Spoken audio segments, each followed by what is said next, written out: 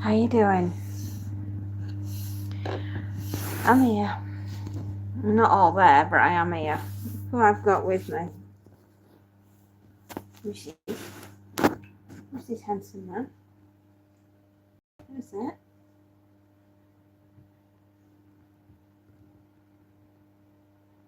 Yeah, it's Mama.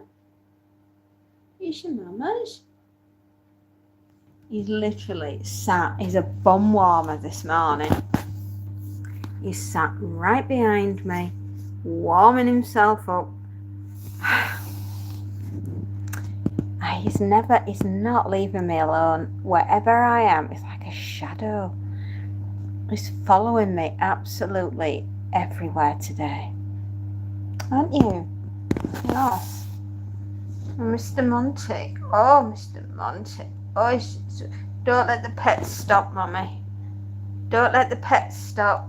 Oh, it's just so good.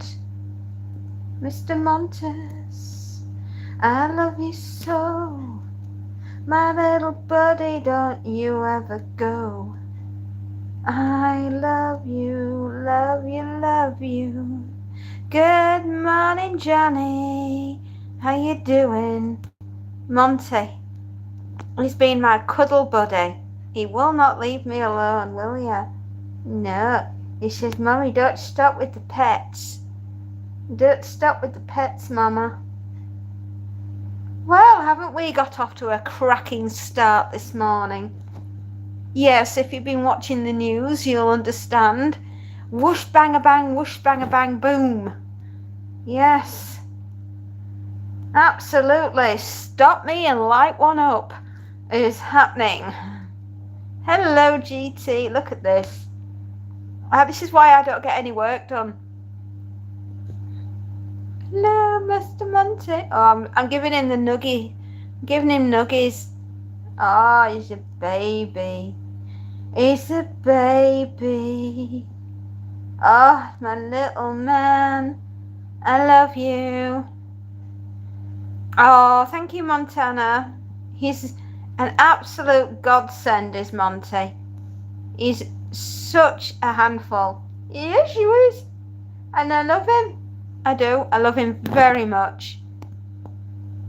Oh, well, we are in the process of my wedding anniversary weekend. How did I do 24 years? Why did I do 24 years? Is the important question. Ken Meme Guy. Hi. Oh, it's night time for you, Montana. I am here to entertain.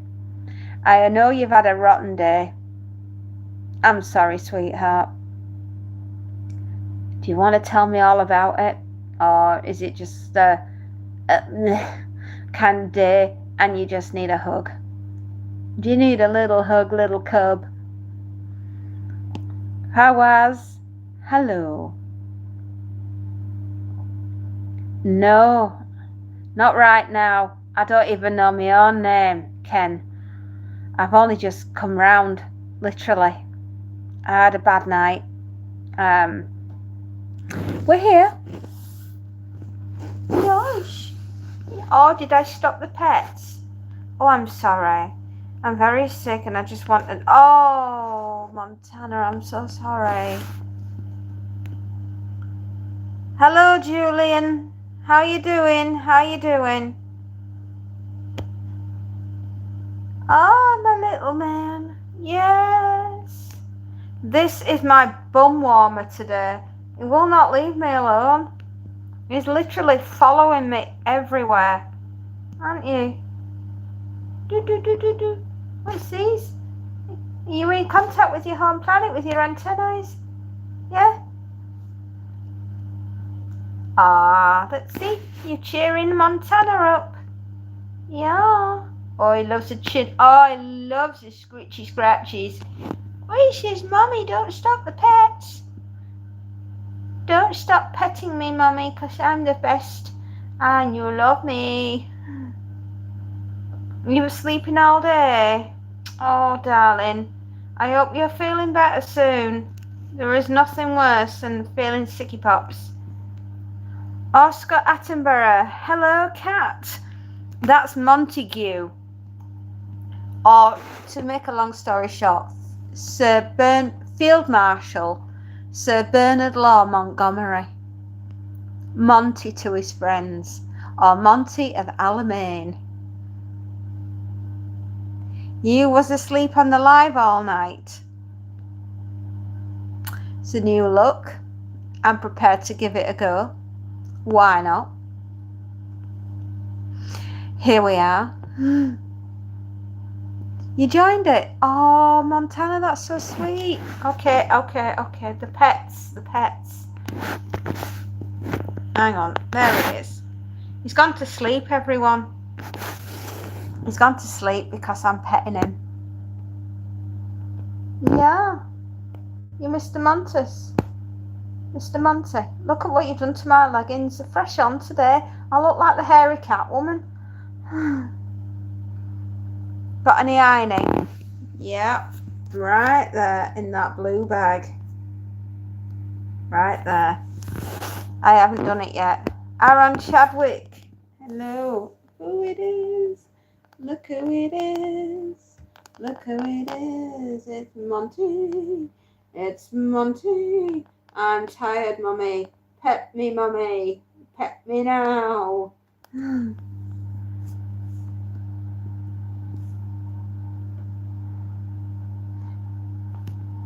Oh, you can have Monty. It's free to a good home. Emily Freeze. Hello. Monty is fast asleep. Look, yes, Montes. And the most famous cat on the YouTube is Montague. Monty. Hi. Oh, how are you doing? Oh, he says, Mummy, these pets are so good. Mummy, I love you, Mummy. Woo. I've only got the one Oscar. Where do I live? Some say it's got great atmosphere, but I call it planet Earth. My baby cousins are coming round today and I'm going to sit on them. That sounds great. Do you normally sit on kids? And you grained 5 subscribers last night. You grained them. Yeah.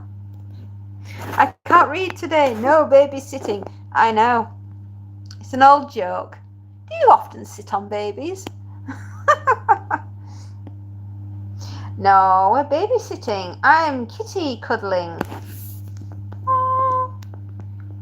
The most beautiful boy that ever lived was Montague, and he was the most handsome chap. You're 130. That's good.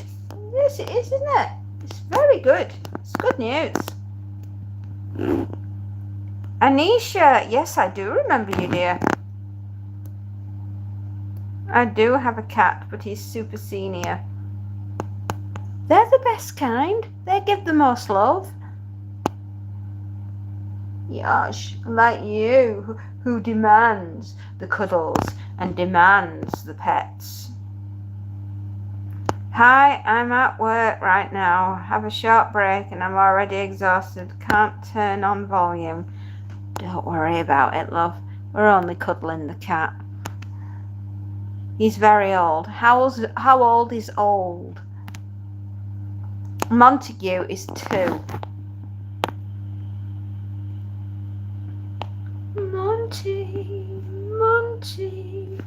Monty, my love. You're only 2 and you're a cloud. 20 years old, that's almost 100 years old. In cat years, that's very old. He's super senior and seen a lot. Oh, Monty, who's only 2. Boo, boo, boo. He's a little stinky poo, 'cause he wants all the pets. And he doesn't want to work. He doesn't want to let me work either. Oh, you've melted. Monty has melted. Oh, Monty, I have to get some work done, today. I can't just sit here and pet you all day, and I know that's my job. But I can't, darling. I have to get some jobs done. Yes, I do. I wish I was 20. I wish I were 20 again. Things weren't dropping off and I'd felt much better. Although, if I was 20, you wouldn't be born, would you? For another 30 years. Yeah? If I was 20, I would have to wait 30 years for this little man to be on the planet. Yeah, Monty's like, pets, I must have pets. I wish my doggy was here, but my colleagues are amazing. Why, are you going round petting your colleagues? Inquiring minds want to know, what is this place that you work in, Juno?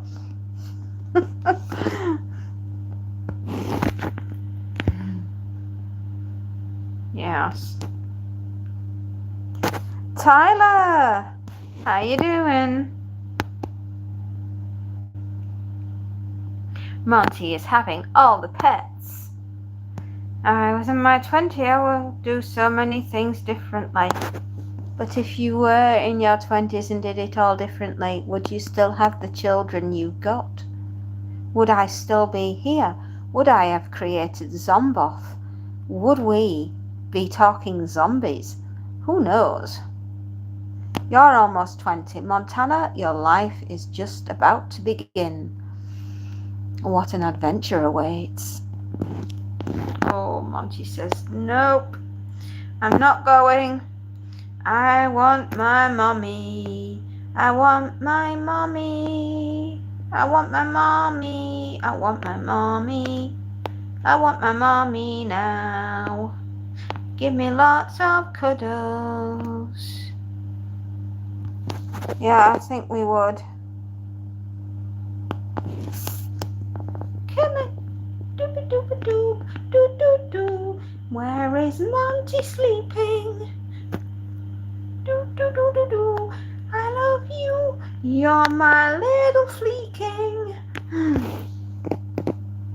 I know you hate being sick, darling.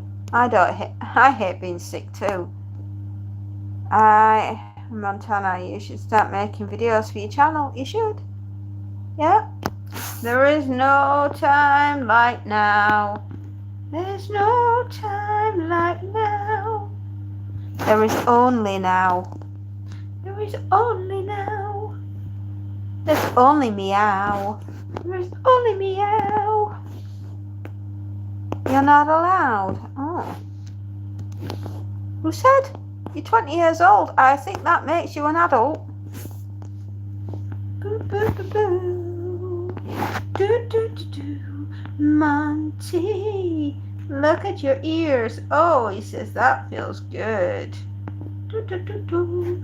Oh, my ears, mommy, mommy, mommy. Oh, my ears. Just give me ear scratches. Oh, oh, mate. Oh, I love you. Yeah, I love you. For your safety. I can understand that, unless you're like me and you throw caution to the wind. Hello, Tyler. Oh, it's your babies. Oh, it's your babies. Oh, it's your babies. Do, do, do, do. Monty, Monty, Monty. Oh, I love you, babies. Do, do, do, do, do, do. You're my little man. Do, do, do, do, do. I love you, love you, love you. Oh.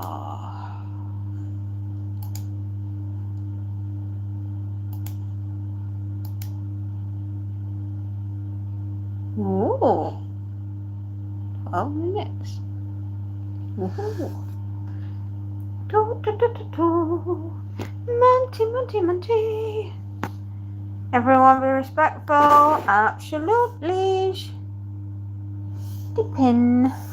A pin you. Evie. There we go. There's Monty. Ah, do, do, do, do. I love you, Monty, Monty Moo. You my little baby. Do you maybe have full of fleas? And I love you, but you must never eat the cheese, because the cheese will give you a sore body. You're at Starbucks. Oh wow, you're in London this weekend, aren't you?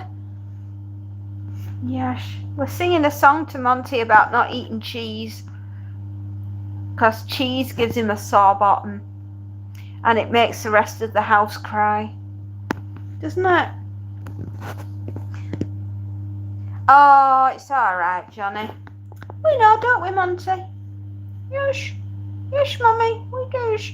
We knows very much. Yes, doopy doopy doo. I'm gonna sleep by my mama, even though she smells of cheese. Yes, I've had a shower, you cheeky boy.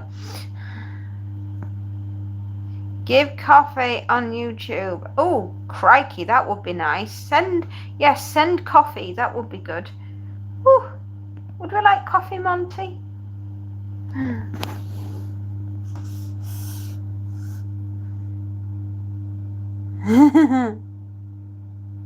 Montana. Oh, Montana. I love you, Montana. Don't be sad. Get better soon. That's what we want. Do do do do. And no cheese for you, Monty. No, he's a good baby. He's a good baby. I love you, Monty. Do do. I love you, baby. Oh, do do. Oh, he's gone to sleep. I can feel him. He's purring. He's gone into that fast asleep mode.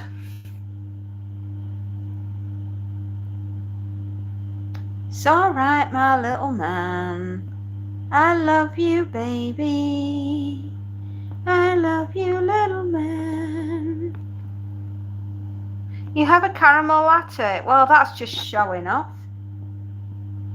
But really, seriously, enjoy it. Evie Deevies. Evie Deevie, she's got coffee. Do do do do. You don't have coffee, do you?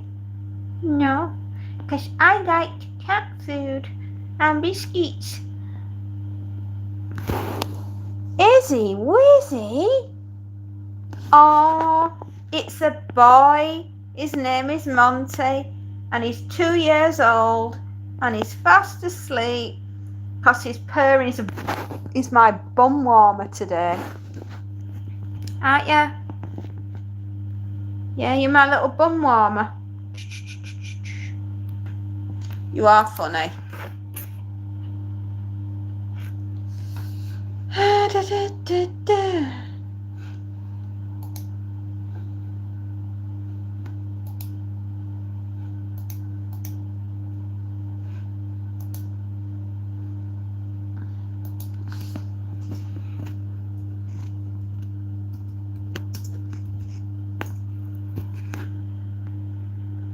Pinterest?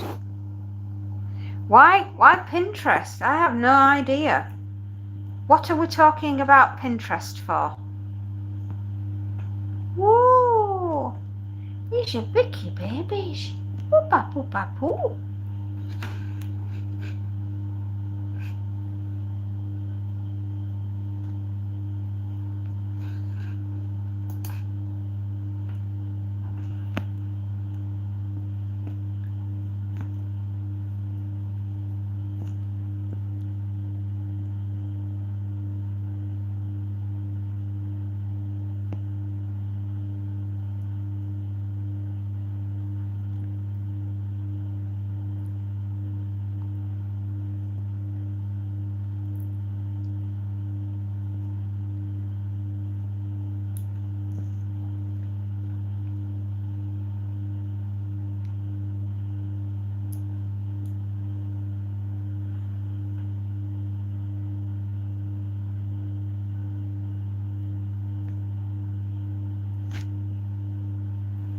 Do, do, do, do.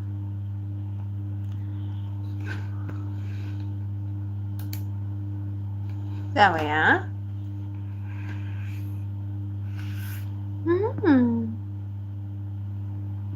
Just have to do something. Hello, because that's my little sister. Ah, is he? Strawberry open. Berry. I'm going to go for a bit because I'm still sad about it. I understand, Evie Deevie. It's okay. I totally understand. Look, it's you. Yeah, did I stop the pets? I'm sorry. I will continue petting you. Oh, you bitty baby. Oh, the bitty baby. Oh, the boo.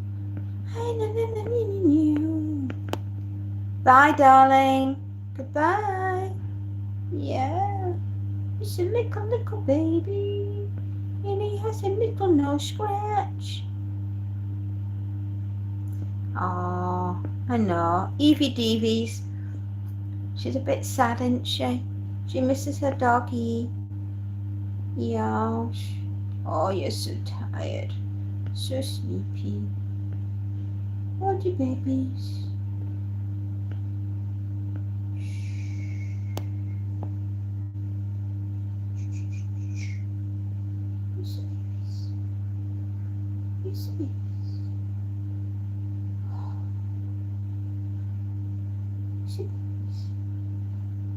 Hi, Tyler. Hi, Daddy.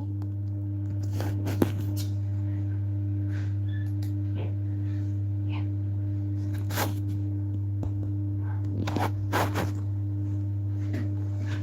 Should we go do the laundry? Oh, hello, Moss. Yeah. It's been a bum warmer. What are you doing? Oh, just won't leave me alone. Fool. Sorry. Gonna go with Daddy and get some meats. Yeah. Come on, then, don't get dandelions. Yeah, din din. Come on. Magical word. Magical word. Din dins. Din dins. Yeah, I know. We know where the kitchen is, Matty. We haven't moved it.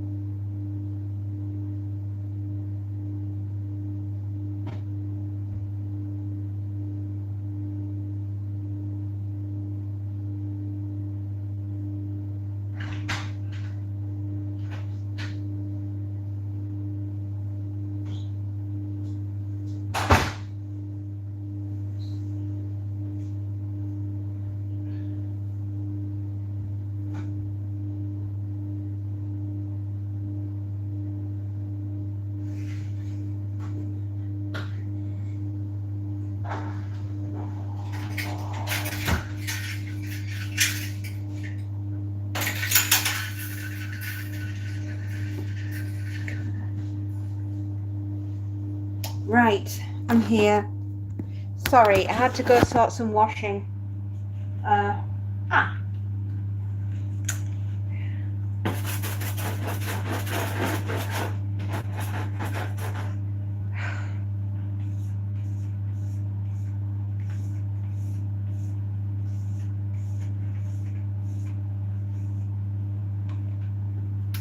Cat. Hi, smiling aquarium. How you doing? I'm sorry I wasn't here last week, kids. I felt way too poorly to do absolutely anything. I was just very ill. Very, very poorly last weekend. However, my lovelies, I am here and we are slowly but surely turning the office into a place of work so that we can get the work done. We've just shoved a load of washing on. It's exciting for a Saturday, isn't it? I thought you'd think that. I thought you'd think that. Indeed. Oh, here we are. The masters of the universe. Oh, thank you, darling. Well, unfortunately, smiling, that's not going to be a possibility anymore. But what we can do, my love, is the only thing I can do now is manage the problem. And I do that by every 12 weeks. I'm going to be having a round of injections to keep me alive. So that's what we're going to do, and we're going to enjoy it because that's all we've got. Guess what for my Downty? I'm paint. You're painting. Are you painting something? Oh, I was only just putting the washing on. Guess what Tuesday is for your country? I don't know. Is it a voting day? Does everybody get a birthday cake? Do we all get a free cat? Ice cream for everybody. Sharon, hi. I'm just guessing. Is it free cake? Is it a free cake day? I'm down for a free cake day.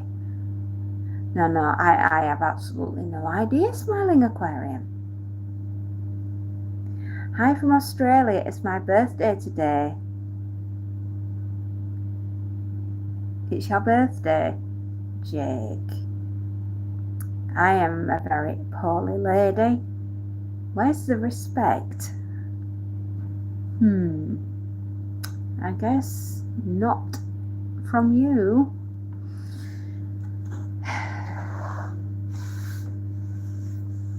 You can't change some people, can you?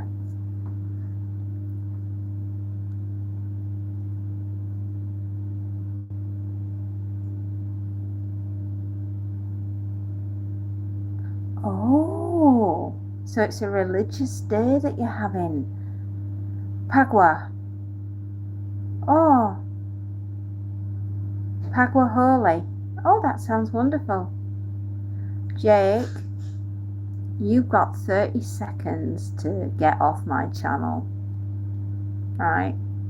I have children here. Disappear. Go away. Did you not see the sign? No. Oh, right. Wow. That sounds amazing, Smiling Aquarium. Hi, Montana, darling. Hope you're okay. Are you feeling a bit better? What sign? Jake, I know. Jake, leave. Jake, you are not wanted. Go away. I don't know. What sign? You're a bit better. Oh, that's nice. That's good. I know. It's horrible feeling poorly. It really is. I hate it. There is nothing worse than feeling like, ugh. Yeah, Montana's in, but she's not feeling well, Sharon. So you just need to handle her with care. What did I have for breakfast? I had some toasted fruit tea cakes and a cup of coffee today. It was very nice. It was very yummy. Musal. Hello, Musal. How are you doing? You alright? Oh, you guys. You're all having the best day, huh? Good, I have waffles and a protein bar. Oh, that sounds delicious. What else are you having with your waffles? Are you having any fruit? Are you having ice cream? Because that would be decadent if you're having ice cream for breakfast. You had toast for breakfast. That's very good. Toast is good.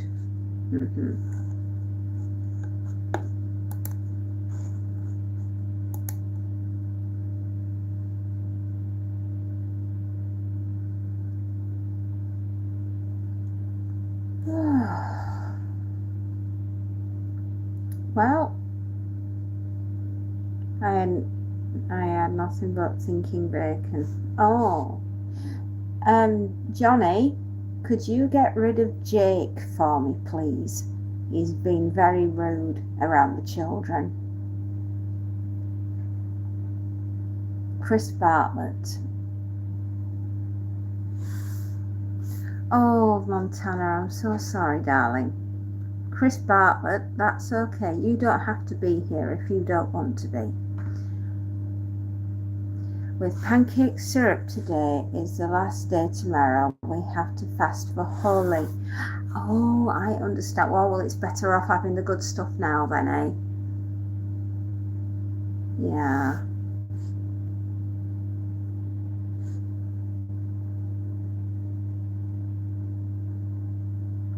No chino, chicken, no egg, no meat.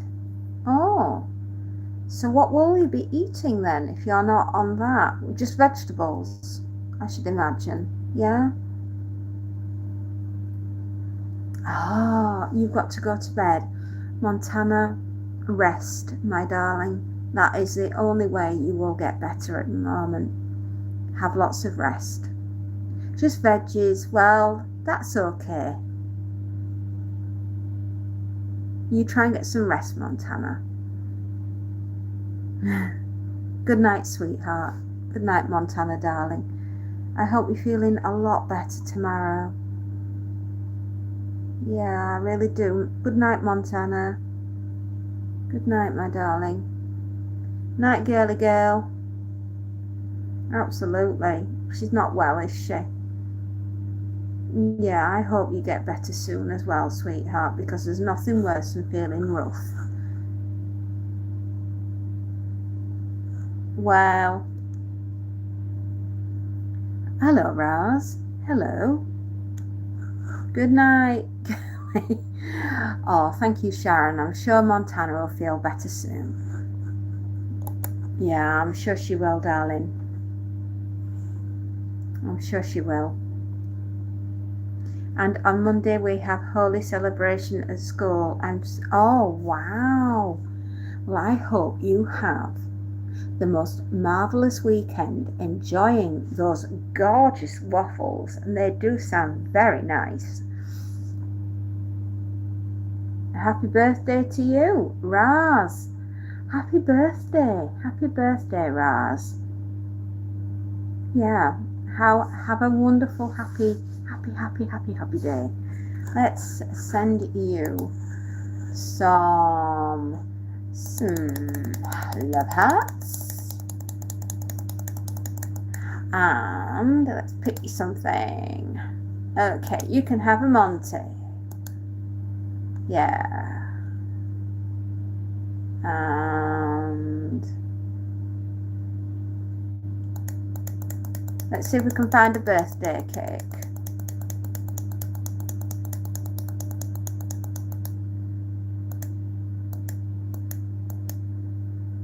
Where's the birthday? Birthday cakes. And a slice of cake and a bun. Yeah. There you go. There you go. Happy birthday to Raza. Let's... Yeah, Johnny is watching everything. Hi, Stevie Devies. How you doing? You got to go take your bath? Absolutely. Yeah, you do. I bet you're covered in syrup, pancake syrup, aren't you? I would be, because I'm a messy eater. Yeah, I am. Yeah. Oh, I am. Terrible messy eater.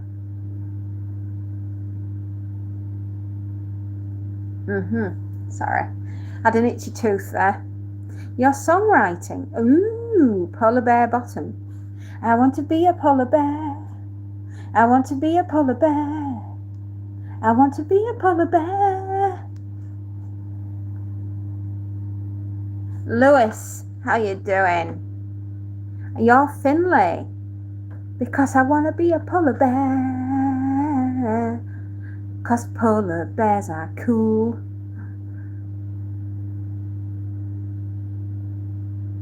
What is today's fairy tale story? The day of the laundry. That's what today is. Today is the day of the laundry. The washing machine is going around, and then the dryer will be going around, and then the washing machine will be going around again, because we've always got washing. Well, Johnny has a deep voice, but there we are. Nothing wrong with that.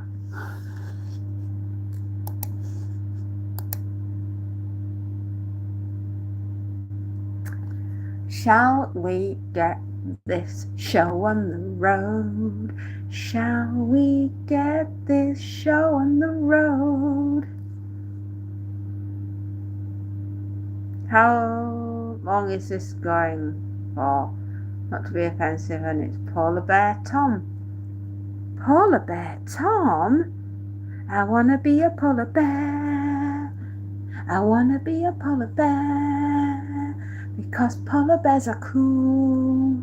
So I wanna be a polar bear. Show some witch magic then. I don't know any magic. I not know of these dark arts. I nice fairy. I good.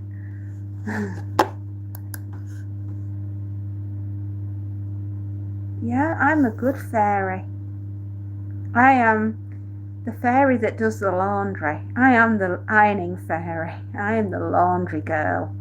You've got to go, Sharon. Oh, do you like my singing? Oh, thank you very much, Polar Bear Tom. Well, I made a song for you because I like polar bears. Look, don't believe me. Don't believe me. Just you wait. There. My favorite thing is polar bears. Ah, there we go. And that's why I want to be a polar bear.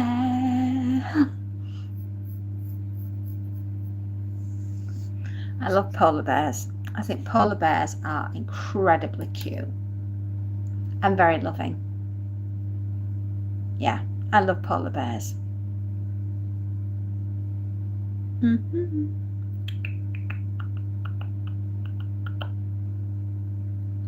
Shall we get the show on the road? Shall we do some ironing? Oh, yes, we should. There we go. There we go, my darlings. I will be back in a minute. I've got to go get an iron and an ironing board, and I've got to go and get something to go on the floor, and then I've got all the ironing that needs to be done, and then I've got other things that I need to crack on with. I'll tell you what, before we do the ironing, how about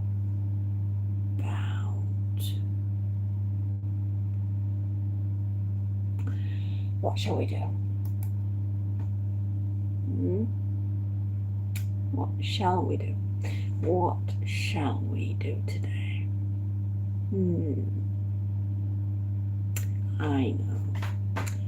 I know what we'll do today.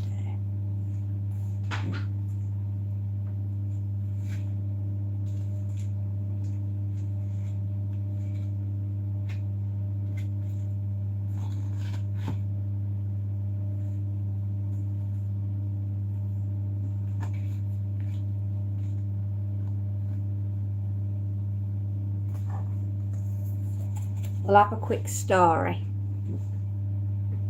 Not often I do that for you, but we'll have a quick story. Good morning, Scotty. Are you ready for story time?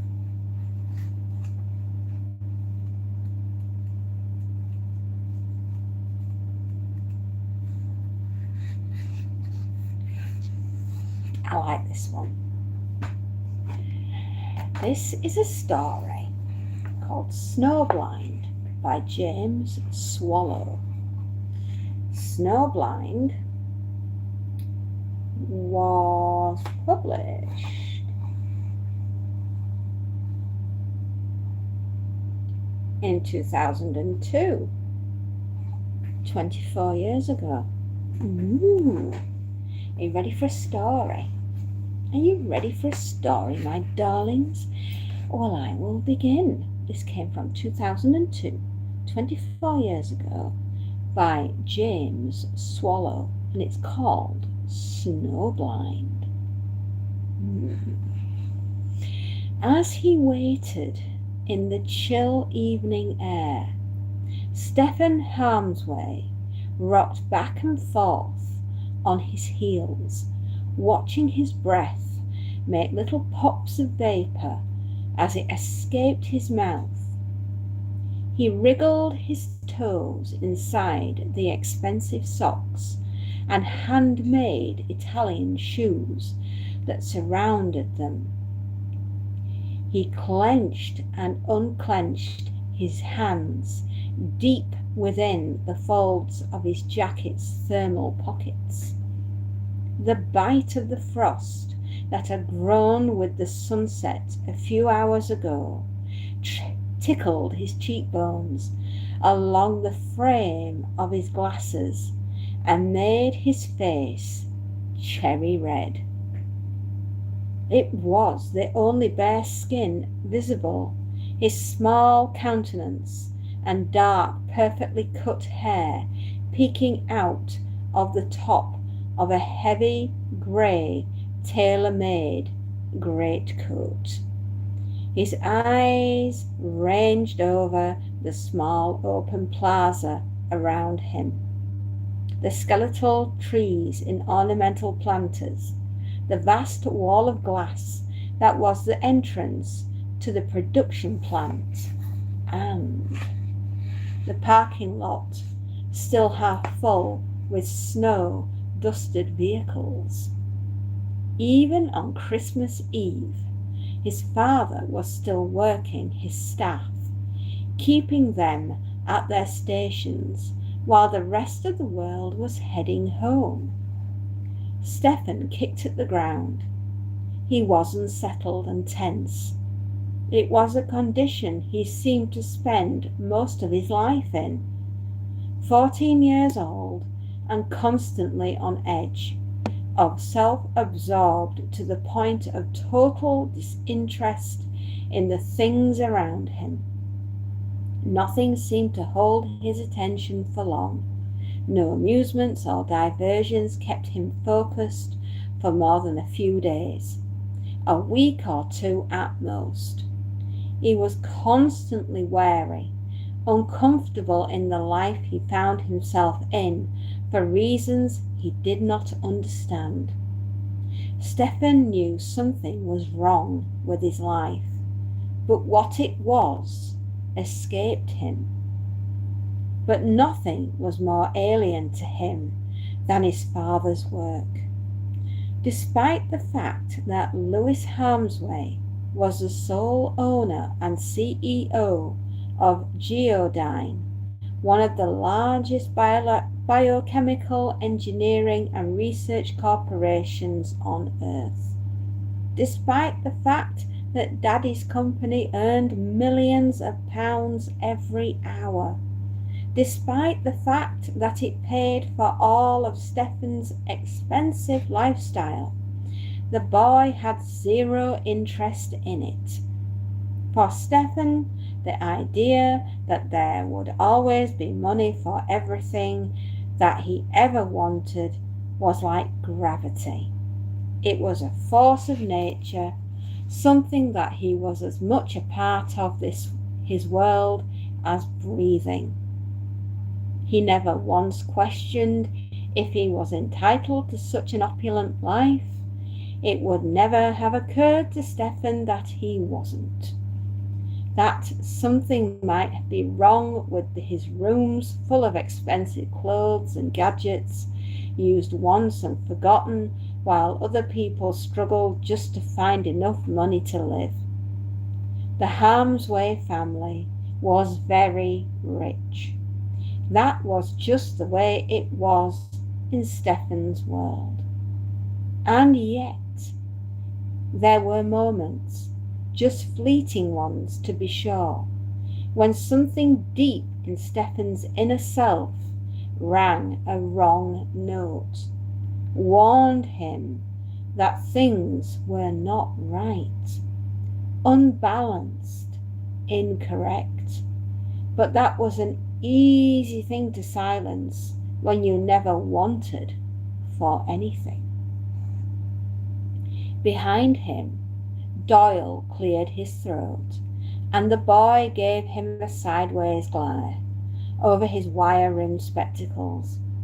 The bearded bodyguard was a thick, stocky figure, and to Stefan he always seemed like an overstuffed doll, as if someone had taken the body of a man and then packed half as much again into it, creating sturdy arms, wide as tree trunks, and a fat neck that made his bald head look like a bullet. Doyle never said very much. He was a man of actions and very few words. Never more than an arm's length away from Stefan whenever the boy left the family home. The big man indicated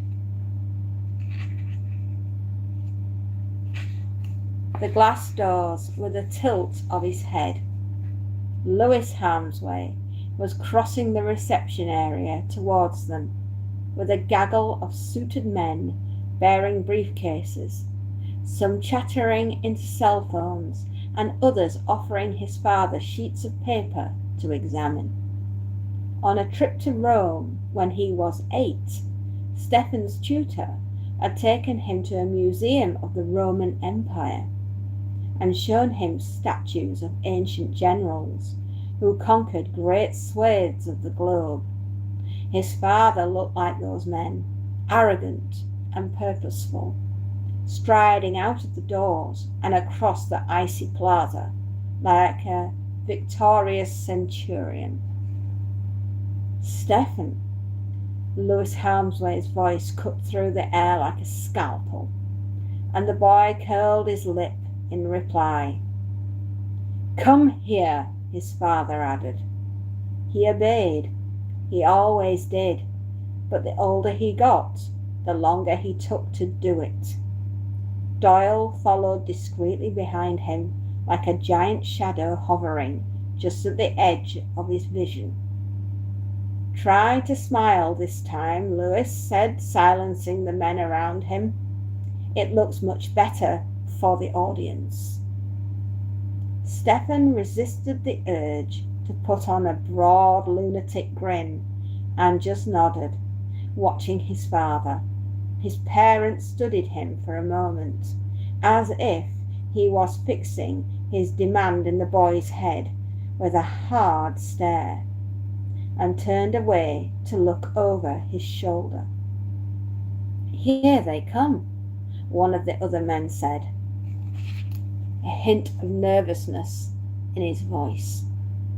"Sir, if you can remember not to discuss—" "I know what to say," Harmsway barked.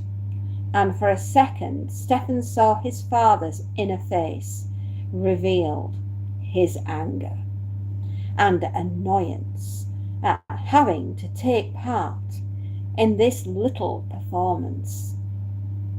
Stefan turned to watch the approaching group of figures. Geodyne, security guards, and an attractive corporate public relations expert were escorting a local news reporter and his cameraman, along with an older man who seemed very ill at ease. Beyond them, at the production plant's gates, he could glimpse the shifting shapes of a few dozen people, waving banners and placard cards. The light snow that had been steadily falling all day seemed to glow with their torchlight, framing them in a halo. The camera's powerful flood lamp flicked on, and suddenly Stephen and his father were in full glare of a lens. He chanced a look up at his parent and put a steadying hand on his shoulder, smiling warmly. The boy felt a chill at the touch. The reporter wasted no time. "Mr. Harmsway, I'm Gareth Hicks with the BBC.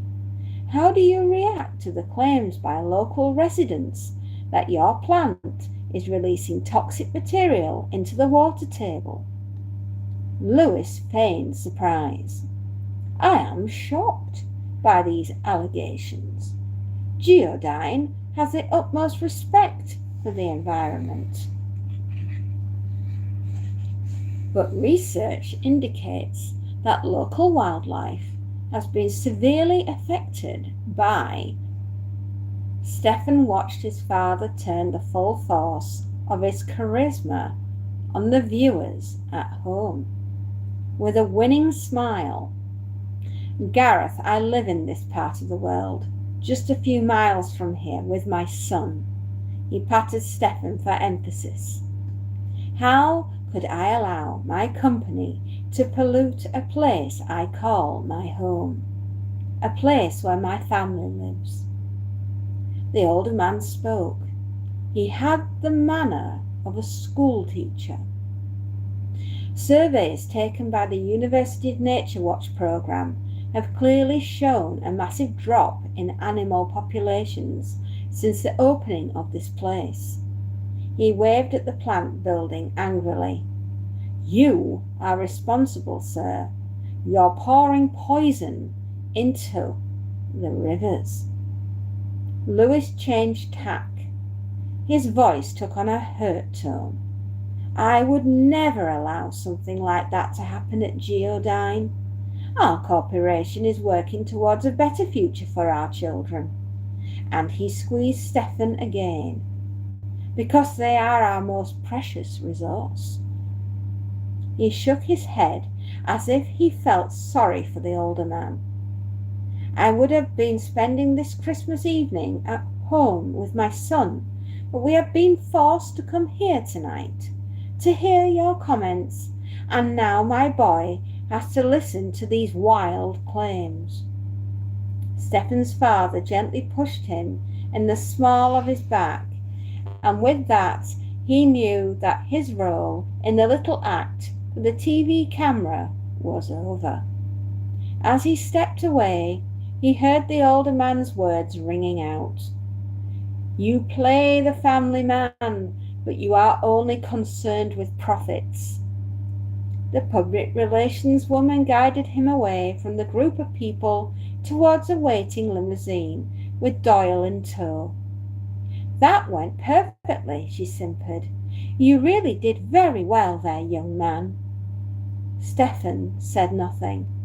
This was not the first time he'd been a prop for his dad's television appearances, acting the role of the good son in the right place at the right time to make his father seem like a kindly, loving parent. In all honesty, these pre-scripted photo opportunities were among the few times they spent in each other's company. But that was just fine for Stefan. Since his mother had died, the boy had found that life alone was vastly preferable to being part of his father's ruthless corporate world. Doyle opened the car door and he stepped inside. "Home," he said. "Hello everyone, we're having a ghost story." They passed the knot of people and Stefan saw a brief glimpse of his father lit by the spot lamp, his eyes hard as diamonds. Then they were through the production plant's gates and on to the road. He saw the demonstrators, people whose faces had a mix of sadness, of anger, and determination. Their banners warning about the dangers of abusing the earth and dumping toxins into the food chain. Even though he knew they couldn't see him through the tinted windows of the limo, they stared back at him with loathing. And in that instant, Stefan felt a bolt of ice in his chest, a sudden clear understanding of them. These people, he realized, they hate me because my name is Harm's Way, because of the company.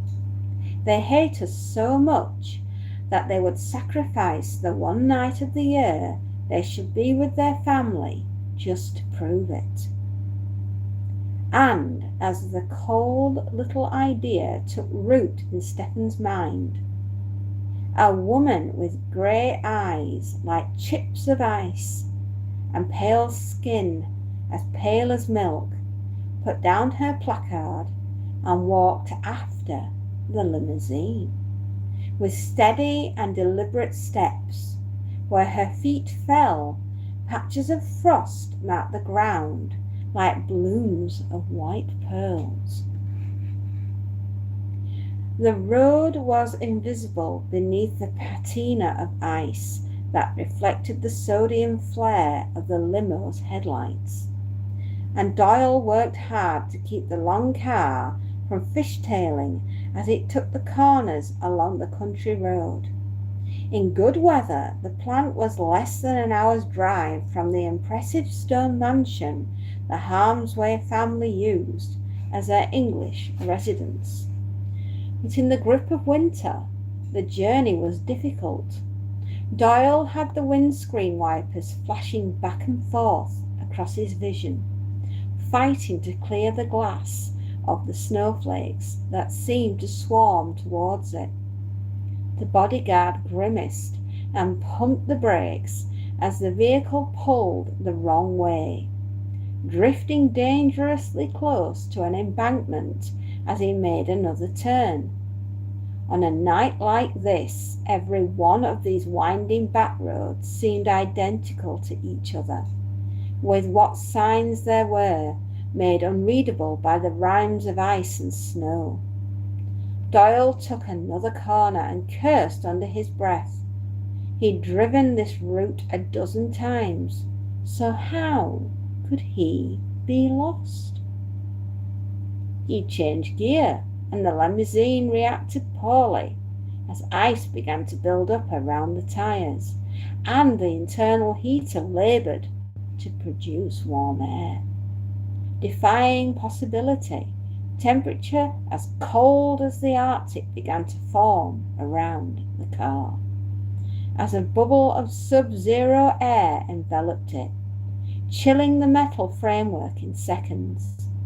The bearings in the wheel hubs began to lock together as grease and oil fused into waxy clots of ice, and the engine coughed and choked. Doyle's eyes widened as fans of the frost reached out across the glass windscreen, freezing out any vision of the road ahead. Something rose up in the white brilliance of the headlights, and he reflectively jerked the steering wheel aside to avoid it. For a heartbeat, the bodyguard saw an ashen-faced woman with cold eyes.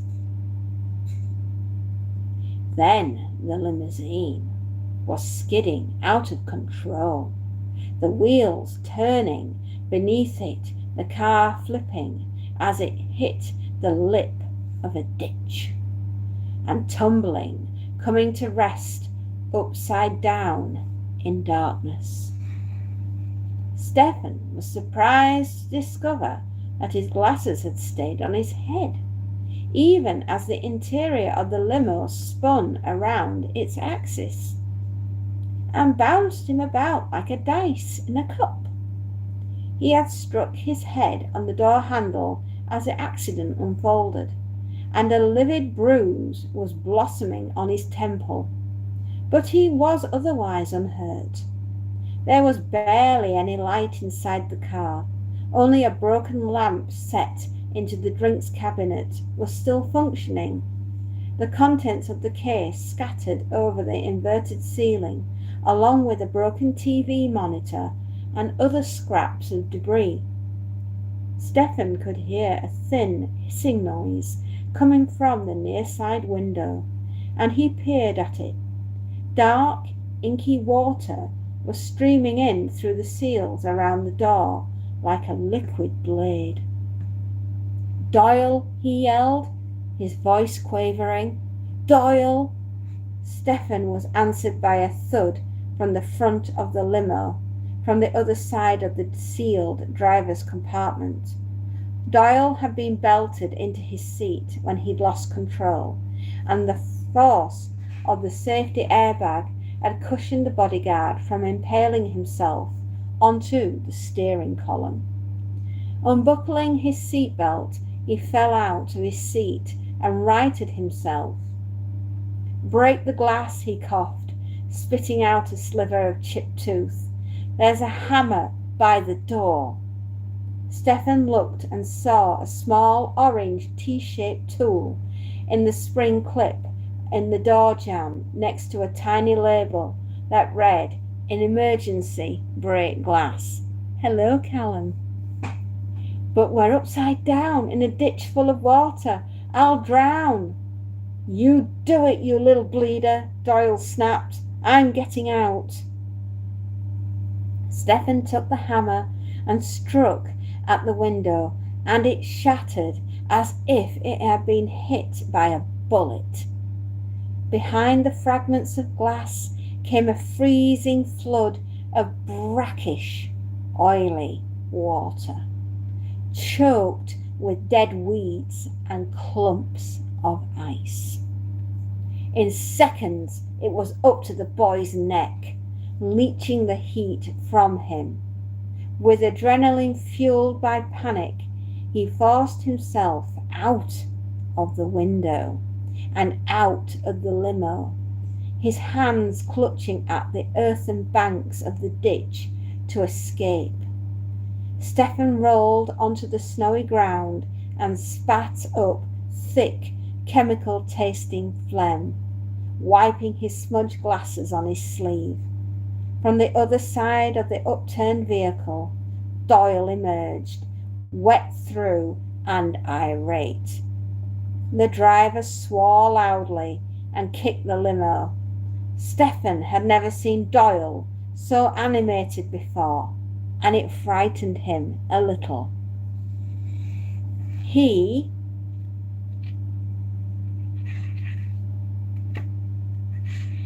looked away, back at the glutinous water in the ditch, and there he saw the tip of a metal barrel half buried in the mud.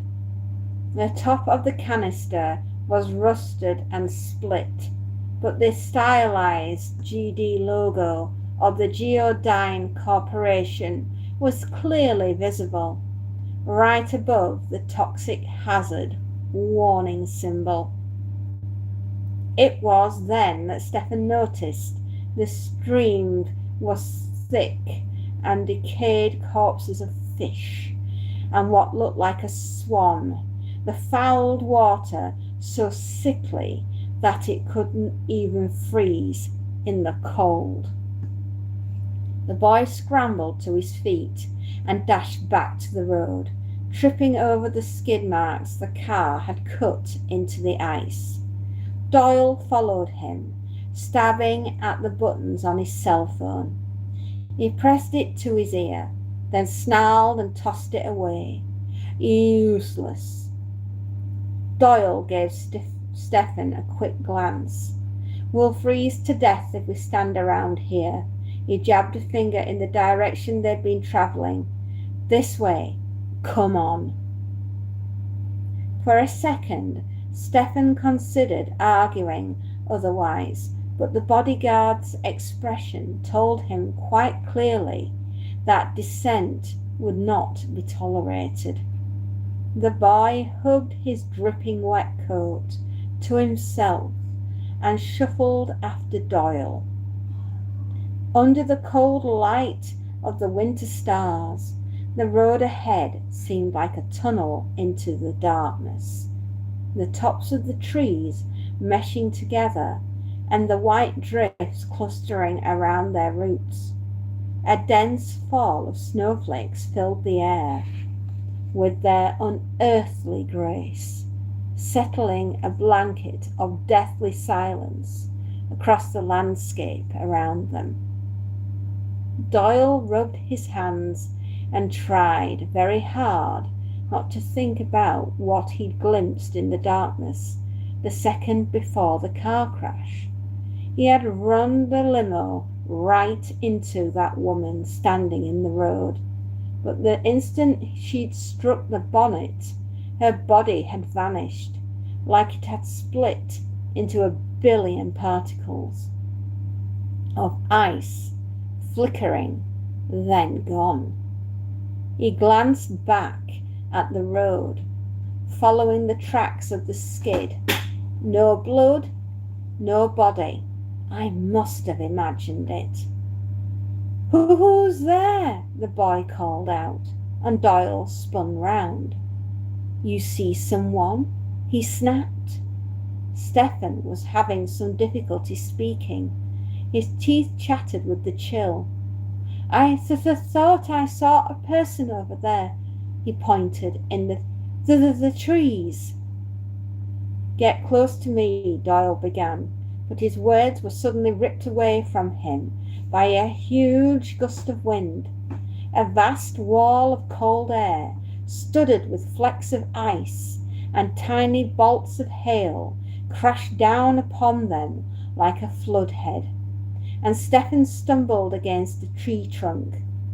The branches rattled and cracked against each other in a thunder of snapping wood, and the dormant piles of snow were pitched into the sky in the blink of an eye. The still winter night transformed into a blizzard. Doyle peered owlishly through the razor-edged snowstorm as the shape defined itself out of the darkness. An approaching figure. He rubbed at his face, the skin on his hands and nose turning white and waxy, flicking away tiny icicles from his facial hair. Who's there? He bellowed, feeling his stomach knot in fear. In most circumstances, the bodyguard was not a man to give in to fright. Doyle had been a soldier before he had become part of the Lewis Harmsway's private security force, and he'd seen action in many parts of the world, from the Philippines to the heat and dust of North Africa. But now those warm climes seemed like a dreamy fantasy, and the sight of the woman advancing towards him terrified him like nothing ever had before. It was the figure he had clipped with the limousine, Her face was the colour of the snow she walked on, and her hair blew back over her shoulders like a mane of silver wire. She matched gazes with Doyle, and the big man felt his heart shrink in his chest. Stephen gasped at Doyle's hand, flashed inside his coat, and returned with the blocky shape of a pistol. It was illegal for bodyguards to carry weapons in this country, but it didn't surprise him to discover that his father's employees flouted the law. If what that reporter back at the plant had said, it certainly wouldn't have been the first time crime had been in Geodyne and had been committed. "Stay back," Doyle cried, and Stephen heard a twitch of fear in the driver's voice. "I'll shoot." The words barely carried over the howling of the snowstorm, which hurtled around the woman in a nimbus of frigid air and ice. She walked in the eye of the polar hurricane and carried it with her. Doyle's frostbitten fingers were barely able to move, but the numb hand gripping the gun managed to squeeze 2 shots from the weapon. The bodyguard watched as the woman merely shrugged the bullets away, the hot rounds glancing off her cheek and her shoulder in puffs of ice. The wind gusted harder, and then she was on him, one hand reaching out and slapping the pistol from his grip. Stephen heard Doyle scream as the gun shattered like glass, the metal so cold that it became brittle, the raking blow catching his fingers as well. The boy was backpedaling now as Doyle turned to run from his assailant, and so the bodyguard never saw the woman mete out her payment in kind for his attack, but Stephen did. With an angry, airy gesture, the silver-haired woman drew up a wide carpet of snow from the ground in front of her, which peaked and curled around itself like a rising wave of ocean surf.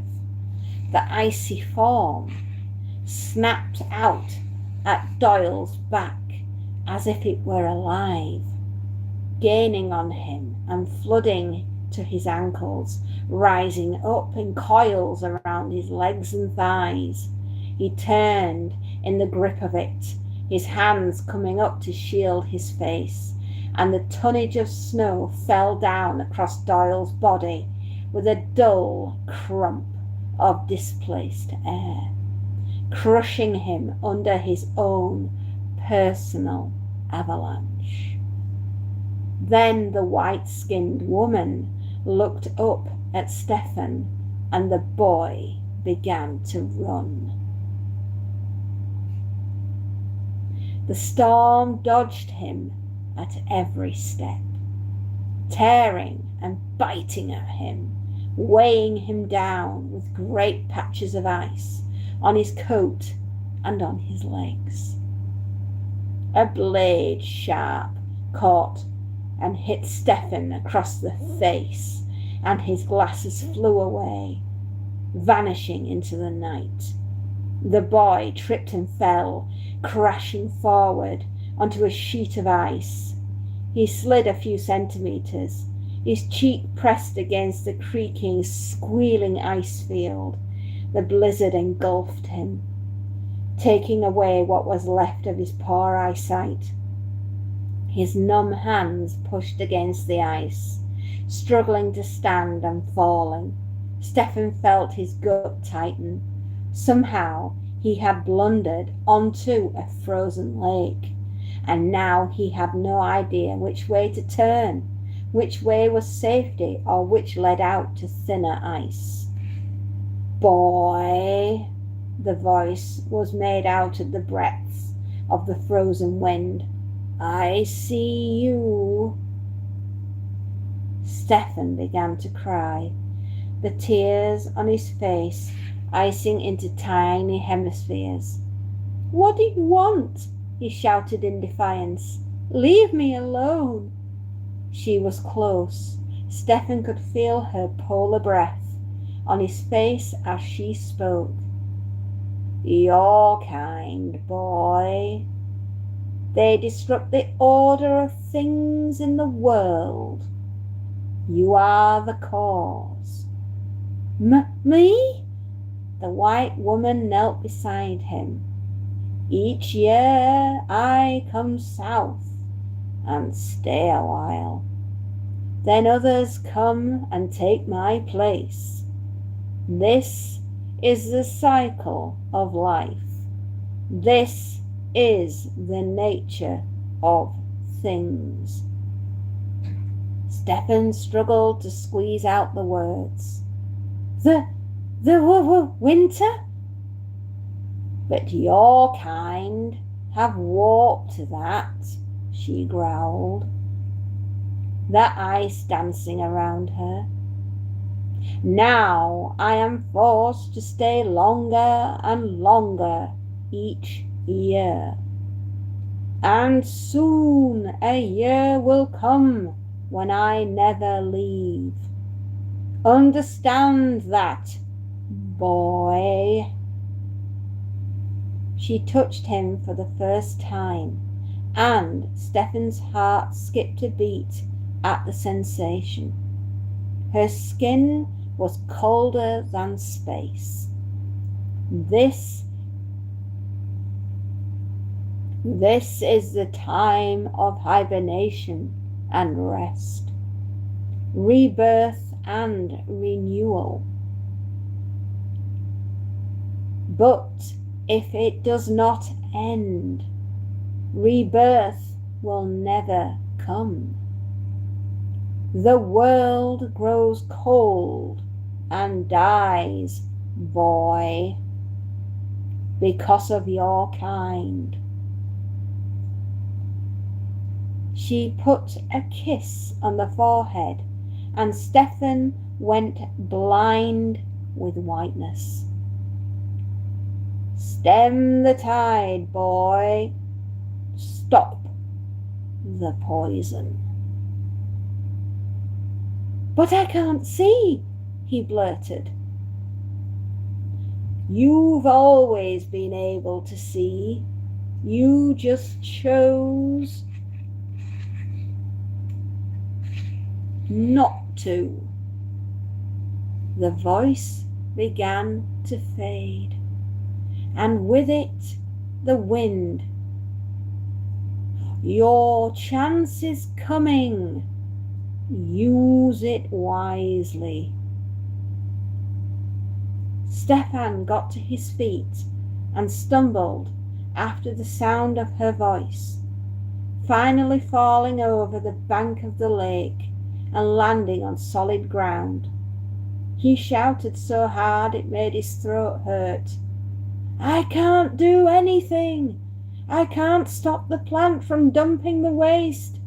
I'm not in charge. He is." Her last words to him were the most chilling thing of all. "We will see, boy." Louis Harmsway slammed the door of his Porsche and strode up the broad stairs to the entrance of the mansion. His foul temper, already close to boiling point, was not improved by the fact that someone had left the door open, and he thundered inside, intent on finding a servant to fire because of it. He had a gutful of that reporter and the worthless tree huggers that picketed the plant. Didn't they have homes to go to? It was Christmas Eve. They couldn't leave off their whining for just one night of the year. He shook his head. At least the boy had played his part well enough. Lewis had had little time for the lad. He was running a global business empire after all. But it pleased him to see that Stephen did as he was told, and appeared to have a spark of intelligence to him. He needed it as well, because Geodine would be his when Lewis cashed in his chips. And to have a soft-headed fool in charge would be ruinous. He reached a light switch and flicked it on, but to no avail. Harm's way cursed and ventured deeper into the building. A power cut, he fumed aloud. I'll have someone's hide for this. As he reached the reading room, he flung off his overcoat and dropped it into the chair. And suddenly he noticed the chill in the air. Cold and hateful, like the inside of a meat locker. Glancing around, he could see by the moonlight through the window that every surface in the room, every inch of the place, was covered in a thin layer of ice. Movement caught his eye, and even as he started to shiver, he turned to face a pale-skinned woman sitting languidly by the dead ashes of the fireplace. She smiled, revealing a mouth of perfect teeth, white as icebergs. Harmsway tried to call out, but his lips were numb and blue with the cold, his teeth chattering uncontrollably, his heart slowing as hypothermia began to take hold of him. The woman gave him a cold stare. "Tell me," she said, "is it cold in here, or is it just me?" And there you go, my darlings. Wasn't that absolutely glorious? Lewis has met his maker. Mother Winter. Oh, did you enjoy that, my darlings? I hope you did. I sometimes do impromptu stories when you least expect it. But that's the way it is. I love to give you something different every now and again, and that's one of my favorites. It's called Snow Blindness. If you didn't know, it's from 2002. It's 24 years old, and it's by James Swallow. So there you are. A little treat to get the day started. Yes, indeed it is. I know. Now, who's been here? She's in story mode. I was in story mode, Johnny. And I just wanted to read a little story just for you both. Well, for the 2 that we're on and the 6 that we've ended up with. Hello, hello. Oh, my stories. Oh, I'm always reading stories to you.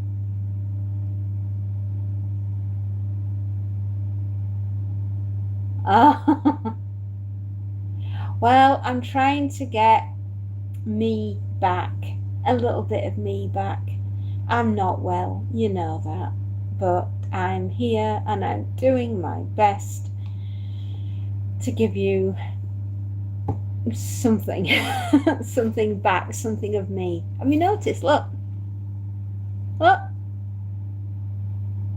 I went to the dentist yesterday.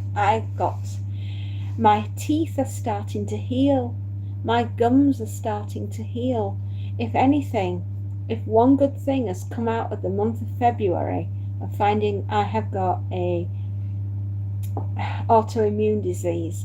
At least my teeth are not falling out of my head anymore at the moment, and my gums are healing. So that's good news, isn't it? I thought you'd all agree with that. It is. It's a wonderful thing. Yeah, it is. But yes, today we've got quite a lot of things going on. We're going to do a little bit of ironing. We're going to do that now. And then we are going to crack on with, I don't know, washing as well. And I think after I've done a bit more ironing, I will do you another story, if you would like that. Would you like another story? Just let me know. If you do, would you like it to be a ghost story or a horror story? What would you prefer? And on that note, I'm going to go grab my iron and my ironing board, and then we're going to start and do some ironing. Aren't we? Yes, we are.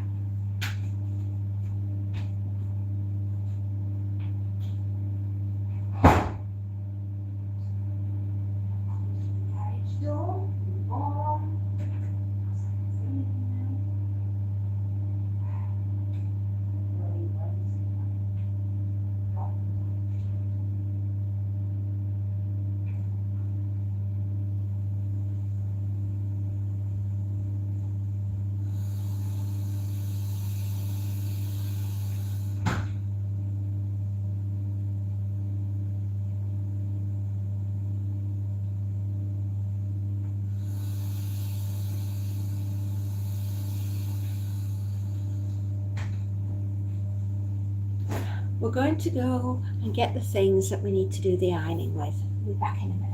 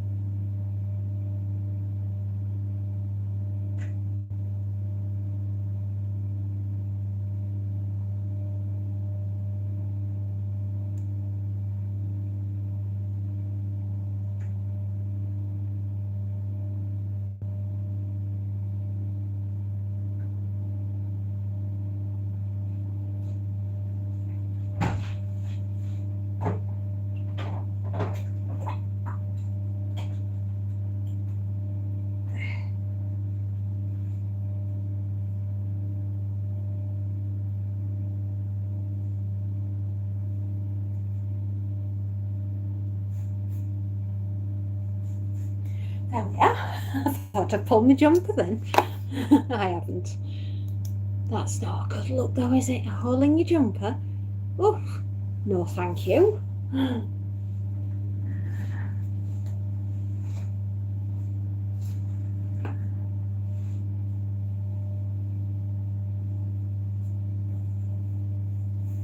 Right. Happiness is the laundry done. Oh, my lovelies.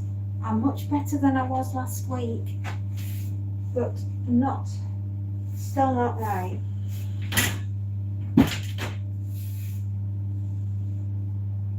Did you like the story?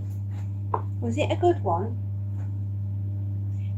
Do you want a horror story next, or would you like a ghost story? What would you prefer?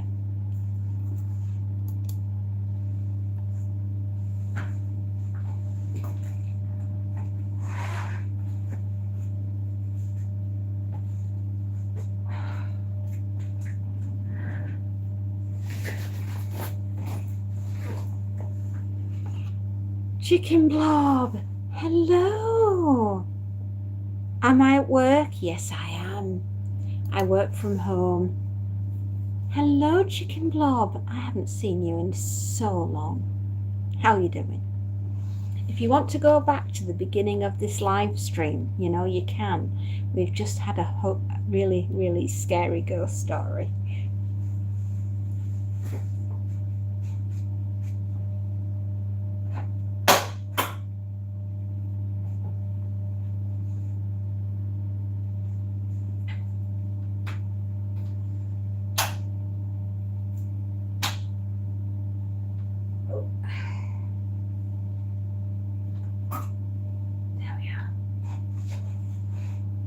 Yeah, if you want to go back to the beginning of this live, you know you can, and you can watch the part where I was doing the ghost story.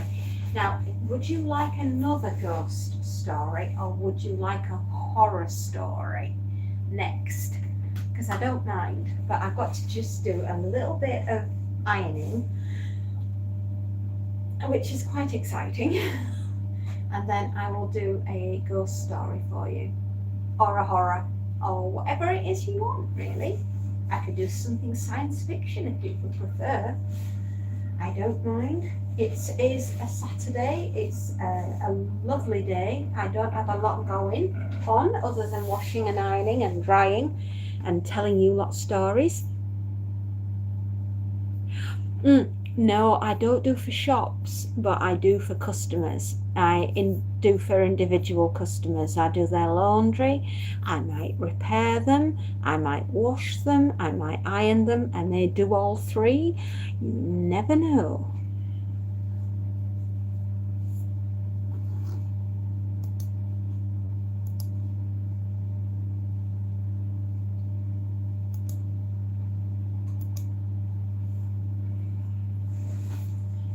I also do YouTube full time as well as doing all that.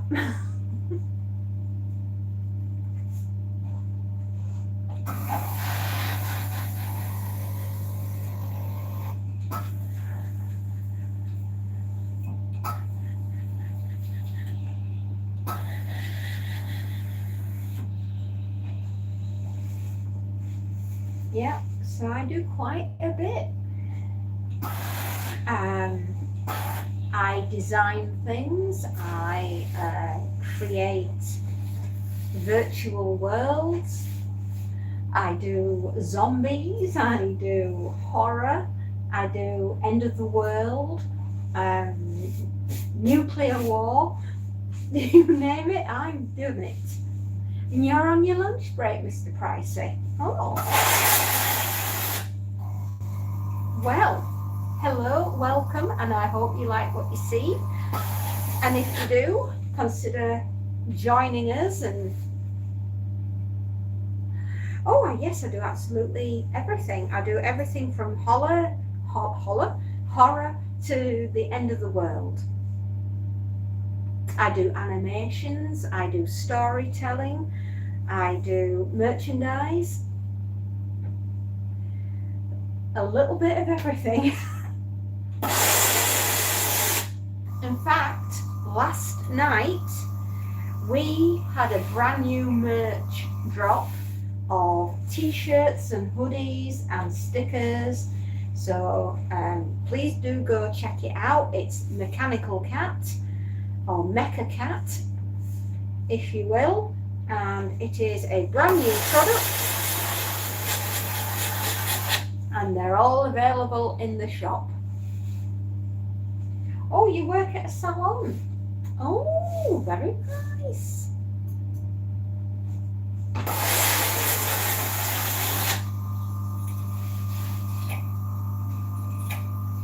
As in like a hair salon. Very good.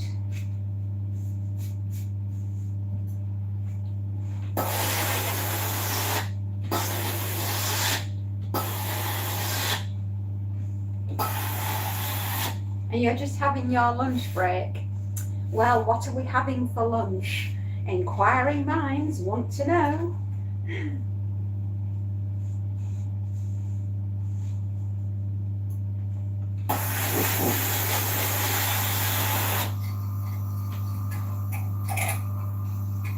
Hairdresser and a beautician. Fancy schmancy.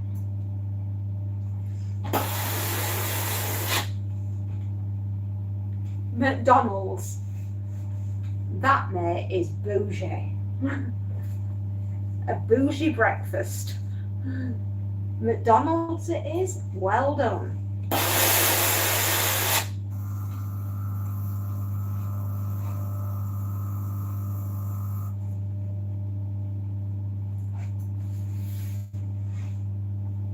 Well, here we are. We've got this to do. It's called work and we've got to get on with it.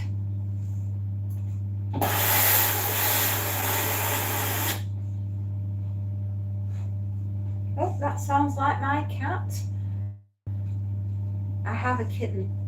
His name is Monty and he's a fluffy Norwegian forest cat.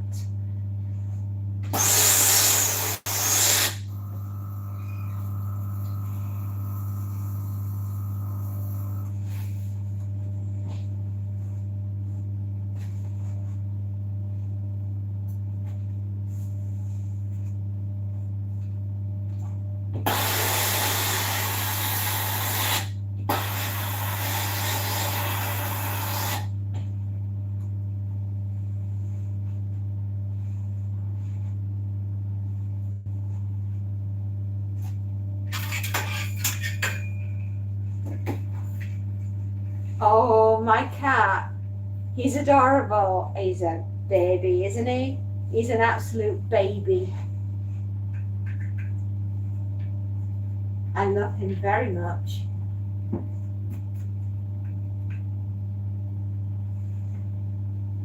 I love my little boy.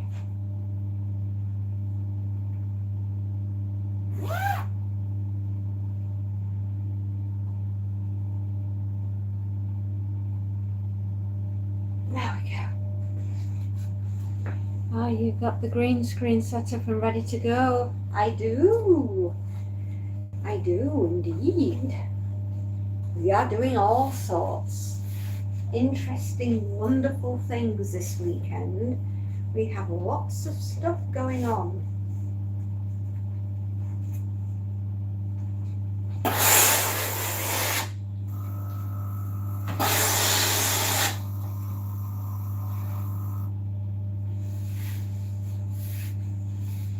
If you haven't already checked it out, please do watch Night of the Living Dead, our version. We made a movie last year. George A. Romero made a film called Night of the Living Dead. It was not copyright protected, which means fair use, and we did. And we have put me in the movie. It's a full-length movie. I'm sure you'll enjoy it. Please do go check it out. It's lots of fun. And it was brought to us all by Creative Madness at Work.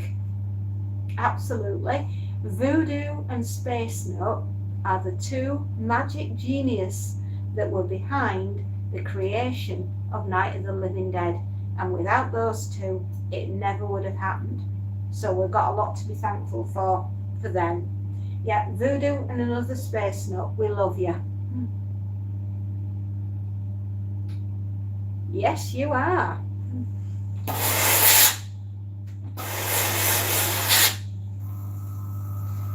Yes, you are, my darlings. But if you've never seen it and you want something that will cheer you up no end, may I recommend Night of the Living Dead? You will never see this movie quite like this ever again in your entire life. Oh, it's hilarious. How we made that film without laughing all the way through, and considering it's a horror, was quite, yeah, it was brilliant. We loved it. It was fantastic. We had the best time, and I know you guys will really enjoy it. It's already been viewed over 500 times.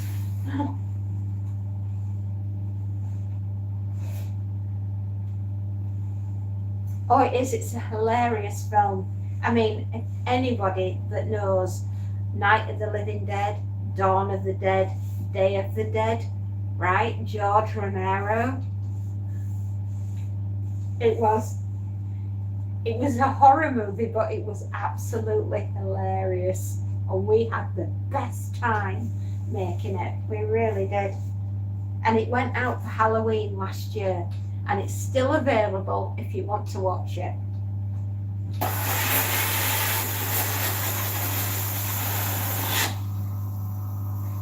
Thank you very much, Mr. Pricey. It was the first time I've ever done anything like that, and I thoroughly enjoyed myself. You'll just have to watch it all the way to the end to find out what happens to me.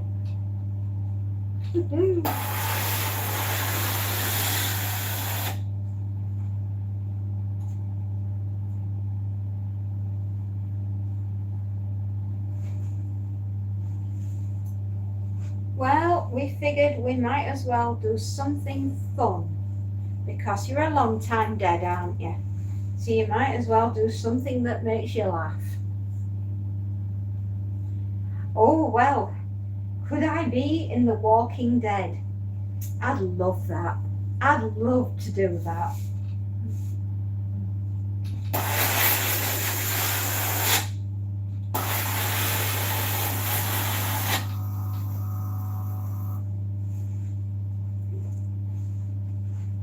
Yeah, but it has to be an apocalyptic drama or a zombie thing or something dystopian and futuristic.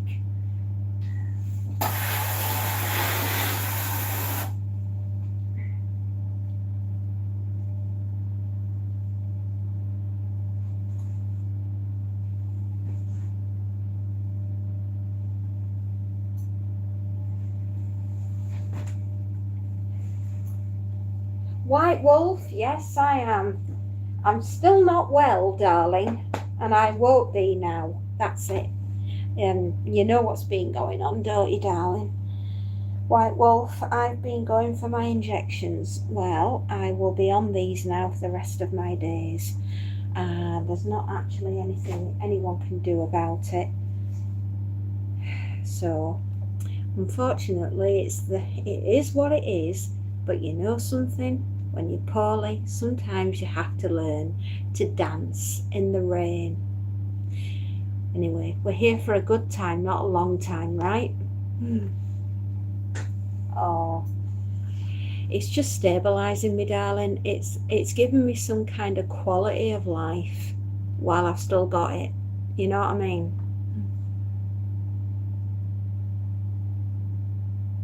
Yeah, we've got to dance while it's raining because you don't have any other time. Trust me.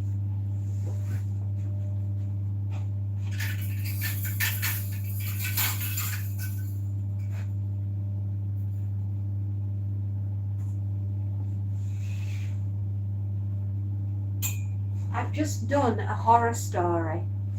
What would you want next? Do you want a ghost story? Did you hear the story, Montana? White Wolf dances. Bless you.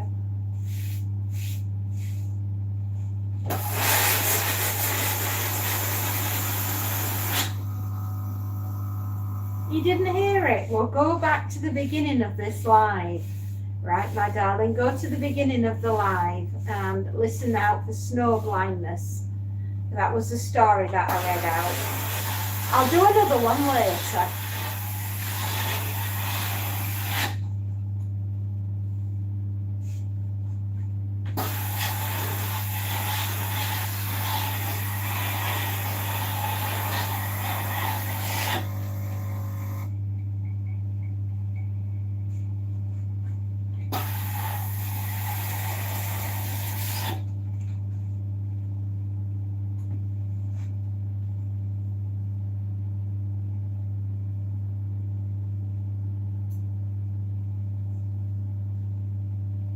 Don't worry, sweetheart.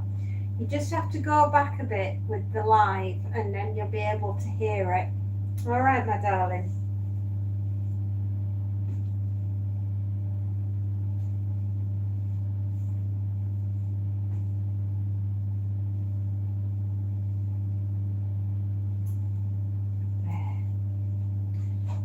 We have done amazing things, and we are in doing amazing stuff.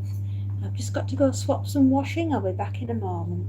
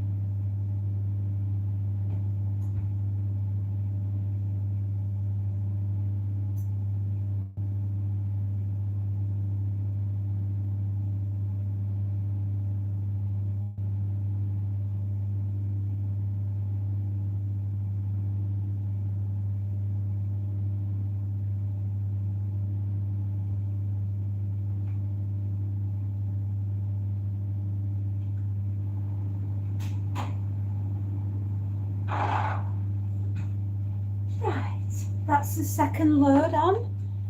I'll watch tomorrow. Never mind, you've got to go, sweetheart. I understand. I hope your tummy feels a lot better, Montana. All right, my sweet. Get some rest. Mama Fairy says she loves you very much and she hopes you're feeling better. Very much, my darling. I really hope you do.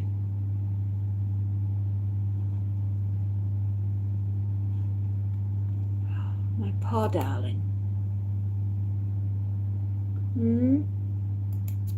Mama Fairy, she feels for you. It's horrible not feeling right, darling.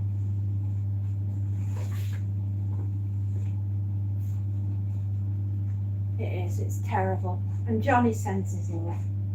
Oh, we got the heating on. It must be cold upstairs. I thought my butt cheeks felt warm. Now we know why.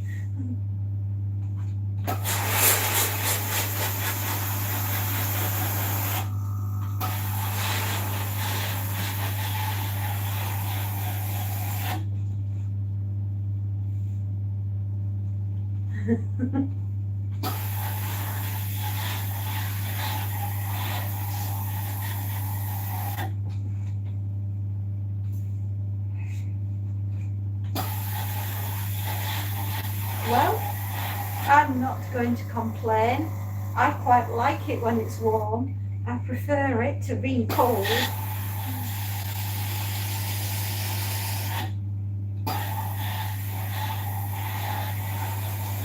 Well, I do hope that you like the channel, Mr. Pricey.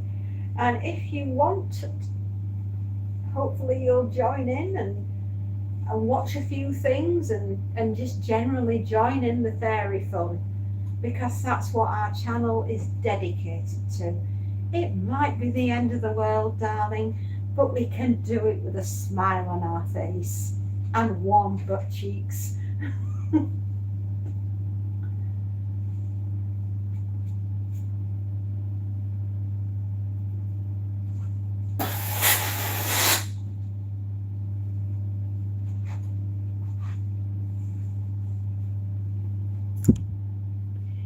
Did you read back on the chat after your story? No, I did not, my darling. What did I miss? What did I miss, Johnny?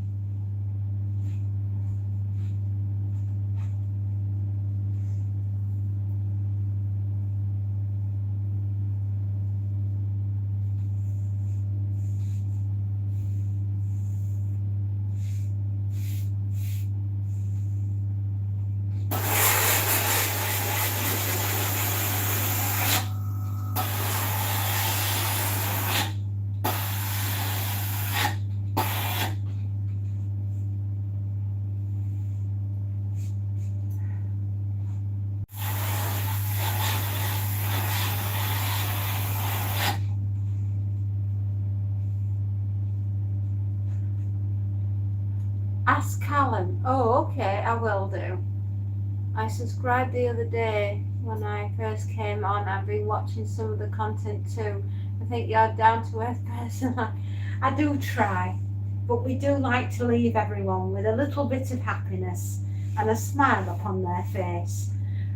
And if we've managed to do that, then we've done our job indeed.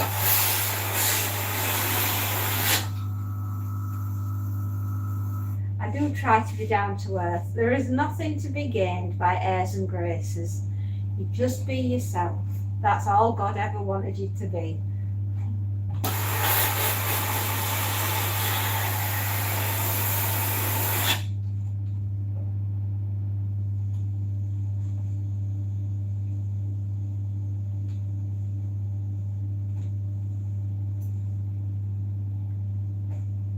Exactly. And if you can't laugh at yourself, who can you laugh at, right?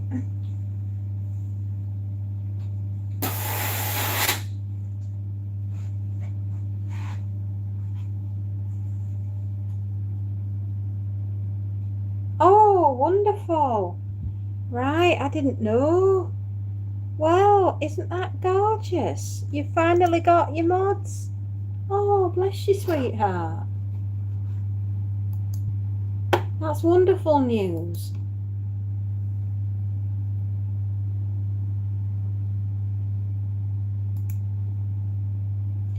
It'd be a sick world than what it is now if we can't all have a bit of banter. I agree, Mr. Pricey. I agree. The world is a strange place. I know, because I'm in it.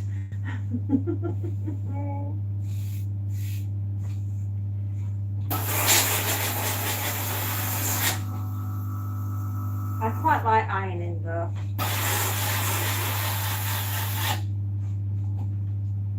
Oh no, bless you. High five. Absolutely. High 25.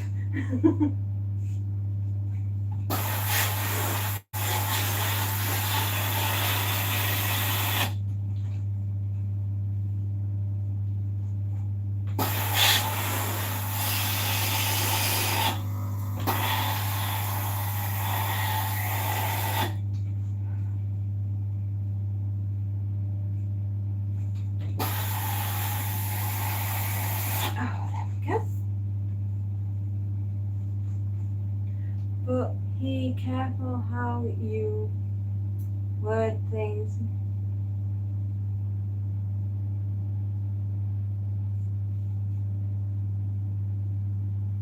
Yes, we do have lots and lots and lots and lots of children on here, and we can't stop them from coming on, but we don't mind them being here.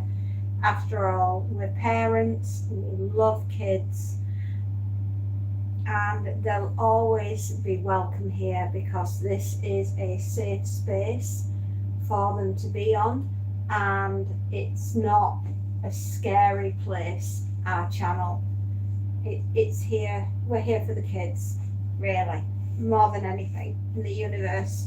And that is a hill I will die on.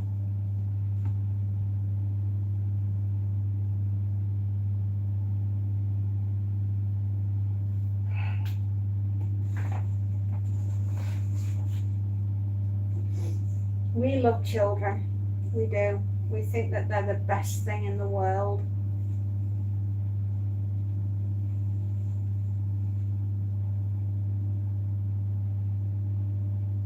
Yeah, we will, won't we, Johnny? We'll always be mindful of the children.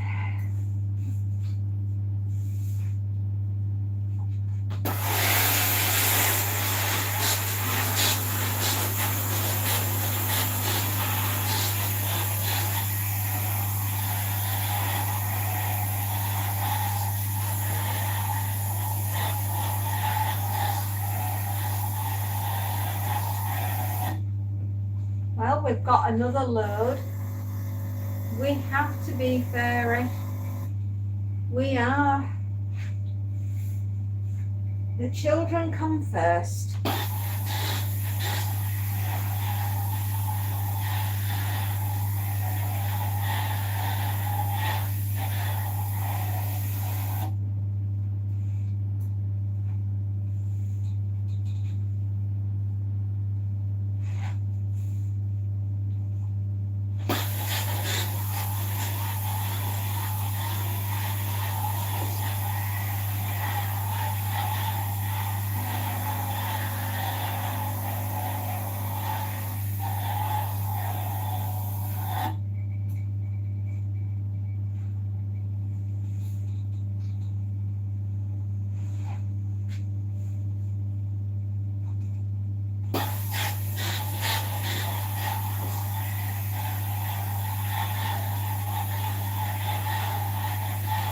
Oh, it's all right, not a problem.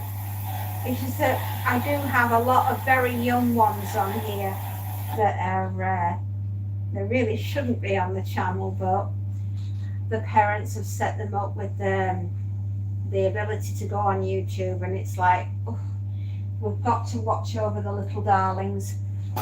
You never know.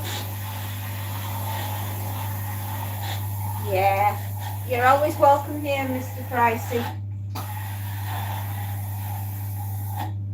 Do you know he's a hair fashion salon stylist dude and beautician? What could you make me look like? I would hope you could do an improvement on what you see.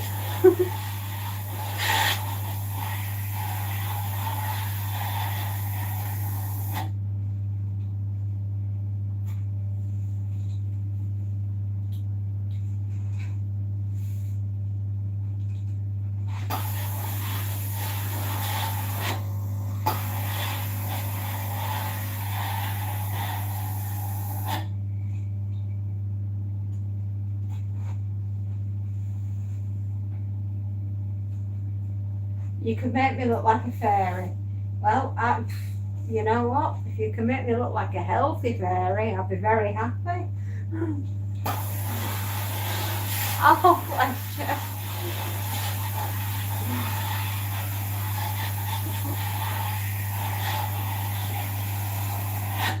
That's very kind of you. Thank you so much. I have felt so rough and rotten and incredibly poorly these last few days. Yeah.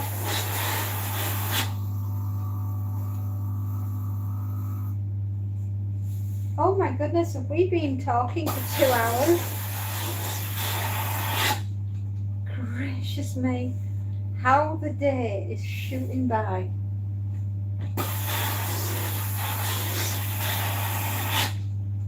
Don't we think? How is the day whizzing by like this? It's ridiculous.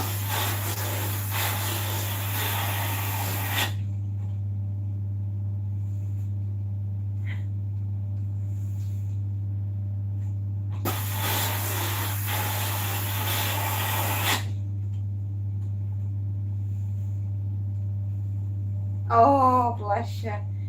Did you like the story? I've been in other people's lives where they don't give people heads up on who comes into their life, so it's nice to come across someone like you who gives them a heads up. No problem. That's what we're here for. We try to make life a little bit better than what you would probably have had beforehand. You know, that's our job. To make your life a bit better. We might not always succeed, but we will give it our best shot.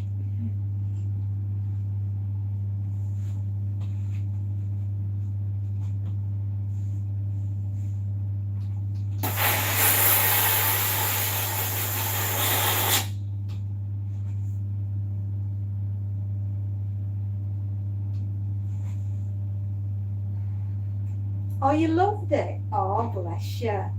Well, would you like a ghost story or a horror story next?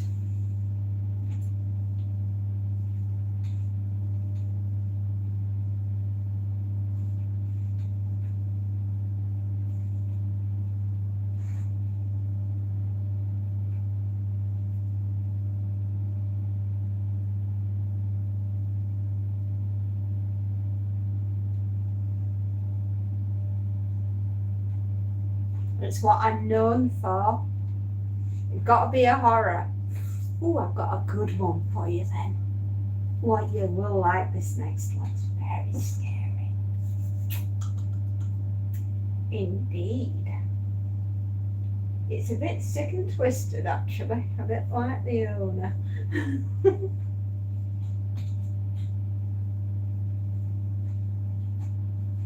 We'll just finish off doing all this ironing, and then we'll have a horror story. Indeed we will.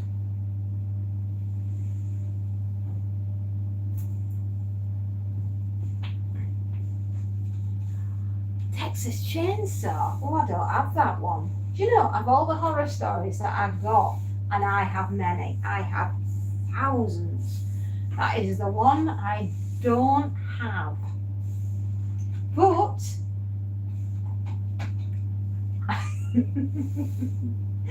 I have recreated it in an animation. One of them was for Thanksgiving for Turkey television. Yes, it was Thanksgiving. I'm just trying to remember it. It's a while back since I've done it. It was the Texas Turkey Massacre. Yeah, the Texas Turkey Massacre. And it was done as a cartoon for Turkey television, which is on one of my creative loops, and that's available for you to watch whenever you want.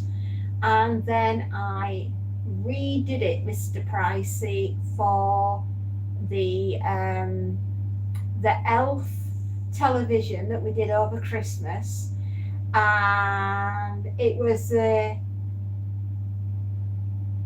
Texas Elf saw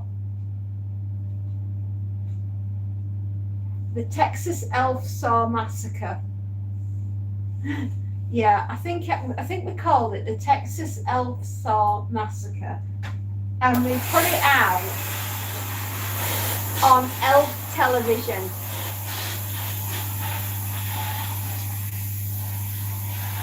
So if you fancy having a giggle about Elf TV, then please do watch it. It's absolutely hilarious. Yeah, I mean, we've spared nothing. We even did Alien, the one with Sigourney Weaver, with Elf. It was called Elfian. We've done Elfinator, which should be Terminator. Or Friday the 13th, but we called it Friday the Elf Team. Oh my God, we laughed when we did those.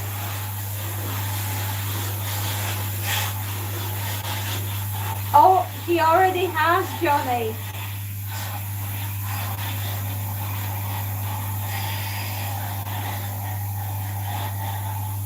Yeah, we've taken random horror movies and we've put the title of Elf in there. So we've had, instead of it being Silence of the Lambs, we did Silence of the Elves, which was quite funny. Yeah, well, we're having another Friday the 13th in March. So there you go.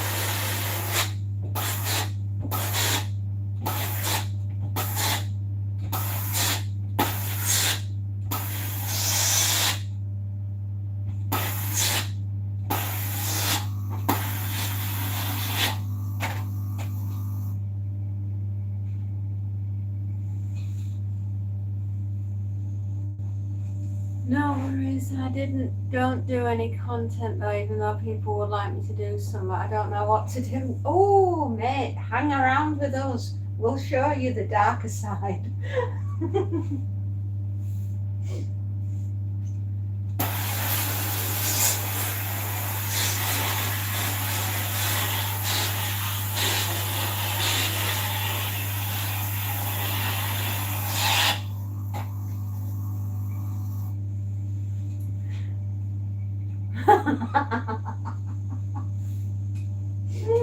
Oh, dear me. I've been doing this now over 2 years. I've done nearly almost 4,000 videos. There's about. Yeah, it was a Texas Elf Saw Massacre. That was it. Or something like that. God, we've done so many. We've done parodies, we've done movies, we've done zombie television, we've done turkey television, we've done cat TV.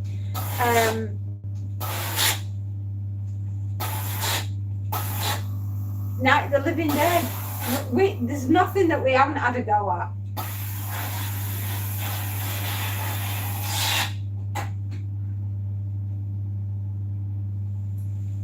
Three months at 145 videos and 130. Well, you see, that means on average, every other video you're getting a subscriber, which is a good thing.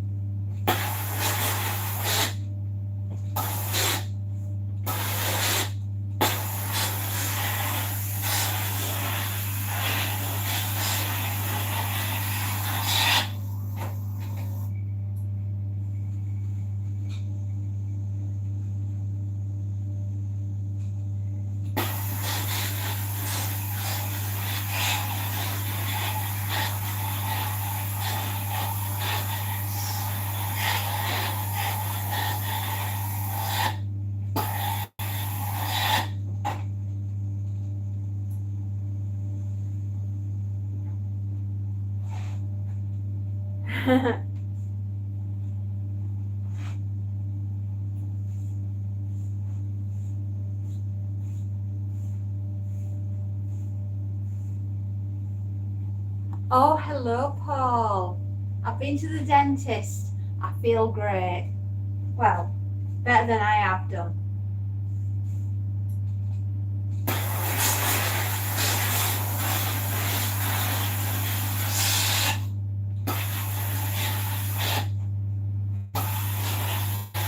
I'm upright and facing forwards, buddy.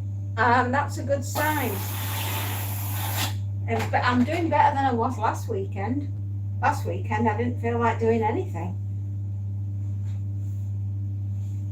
Last weekend, I just wanted to curl up in a ball and die. How are you feeling, darling?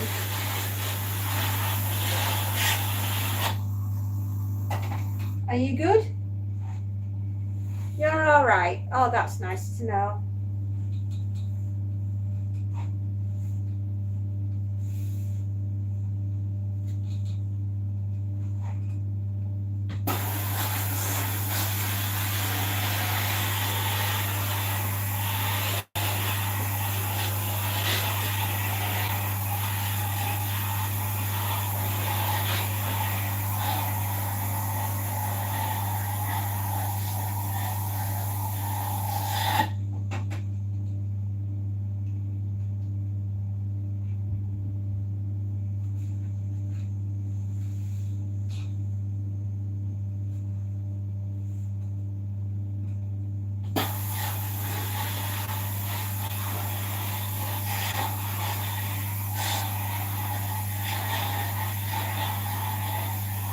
Oh.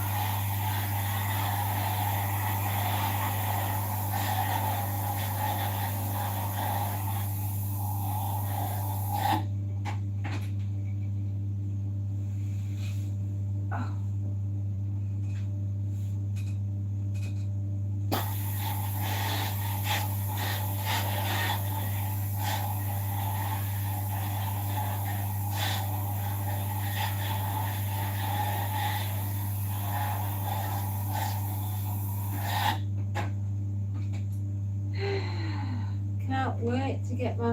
Oh! Bless you. Thank you. Yes, folks, we've just dropped some new merch last night on the channel. If you want to go check it out, you never know, there might be something there that you like.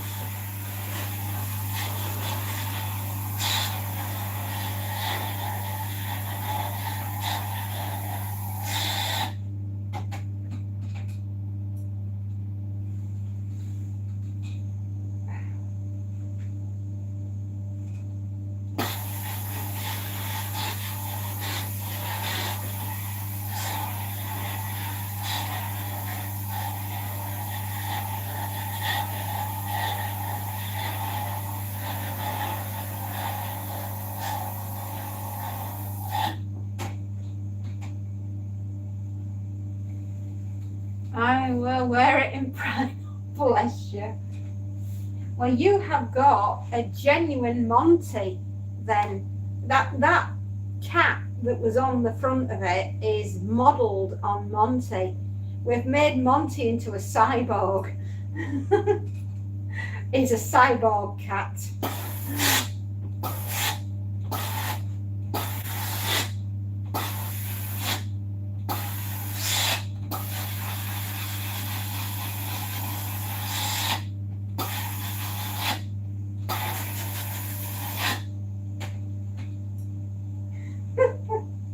You'll have to design some stuff for fourth wall, and then I can wear one of your designs, Johnny.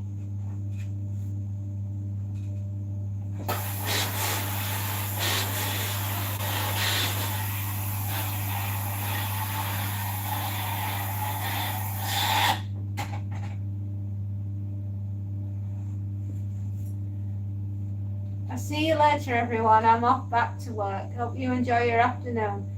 And you see me next time. Mr. Pricey, thank you. I will send you some love hearts too.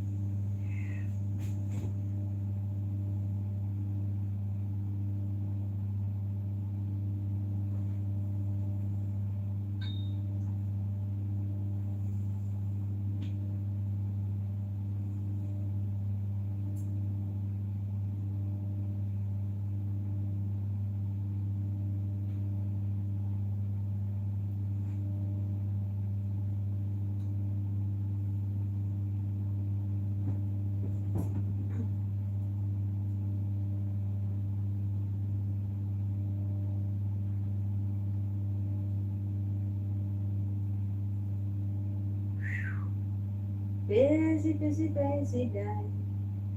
Lots of things that I need to do. Lots of ironing to sort. Lots of stuff for me to do. Can't get away from the ironing, not even for a day, my darling. Always got to be working, doing all of the ironing.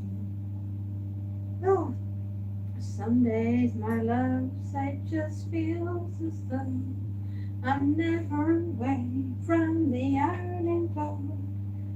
I'm always having something to do, always working and doing forever.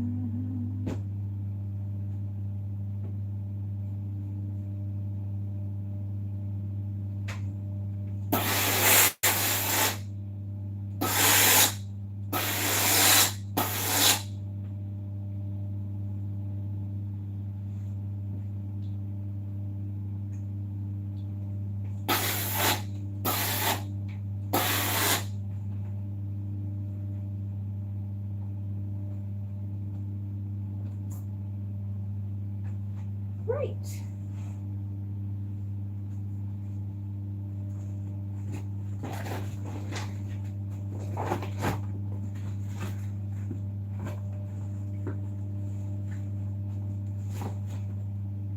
That is the first load that we have got done, and isn't that just absolutely marvellous that we've finished?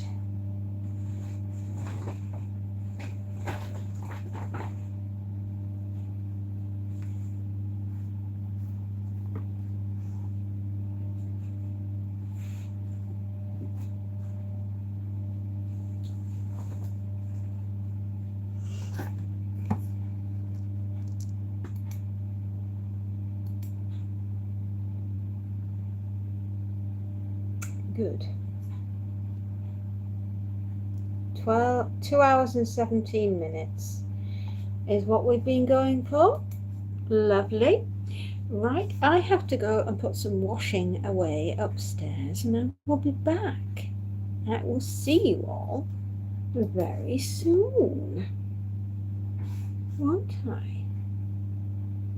Yes, indeed. I will see you all very soon.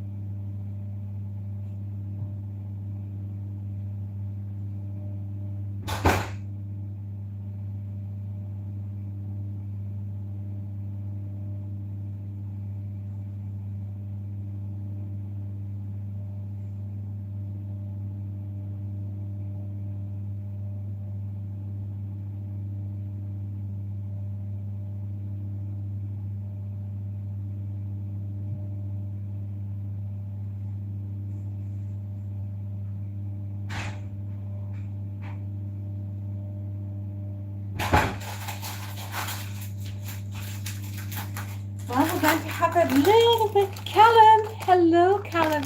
What happened last night, Callum? I don't know. I missed it because I was reading to y'all.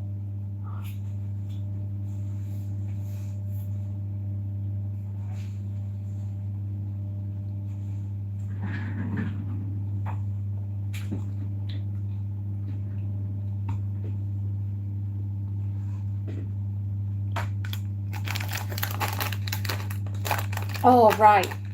Hang on.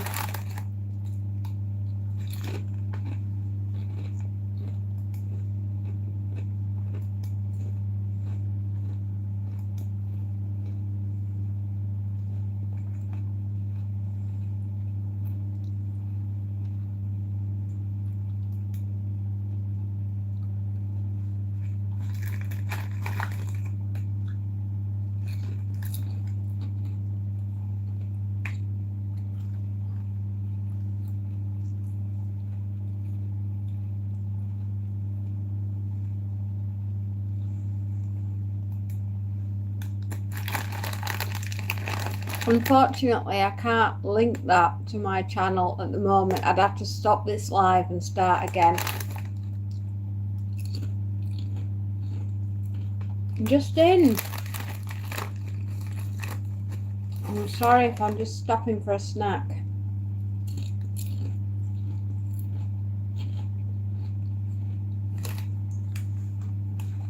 I'm doing another horror story.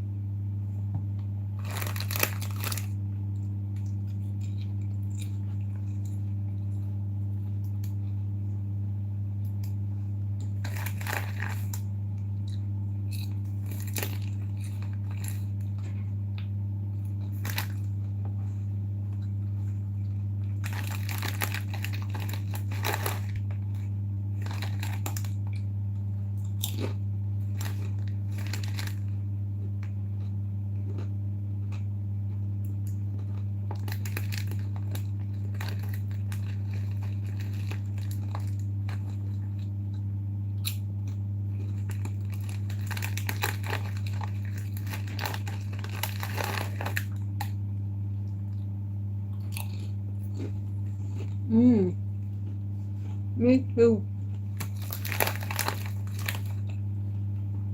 I just need to eat.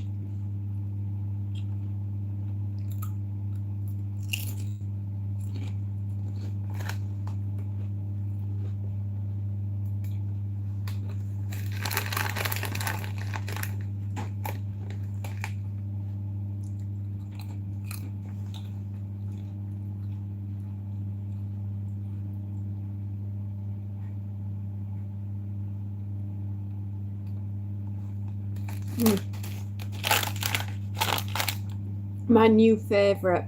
This even beats Worcester sauce. Gorgeous.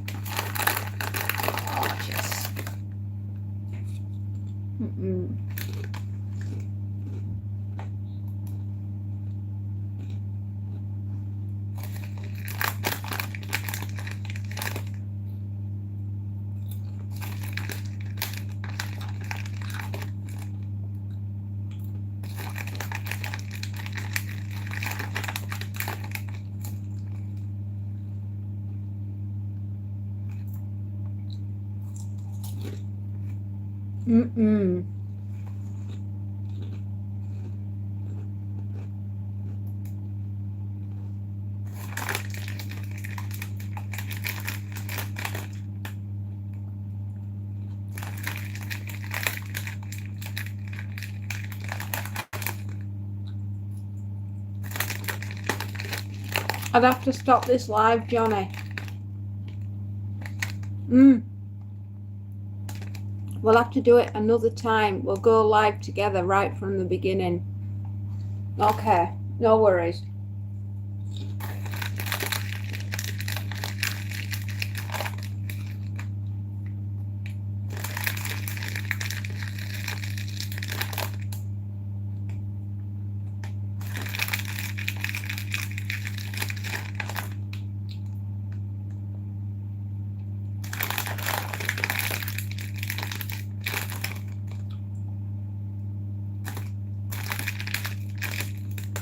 Definitely, mate.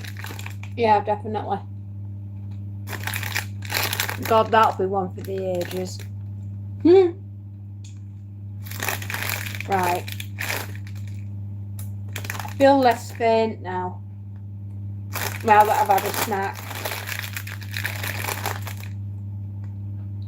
What I'm finding with my illness is if I eat anything during the day, I want it to be something very light and very, what's the word we're looking for here? Gentle on the stomach. And now and again, a little packet of crisps will just take the nausea away and stop me from feeling like death. Look at these bags. Look at these bags under my eyes. Oh, it takes some work to get rid of them, isn't it?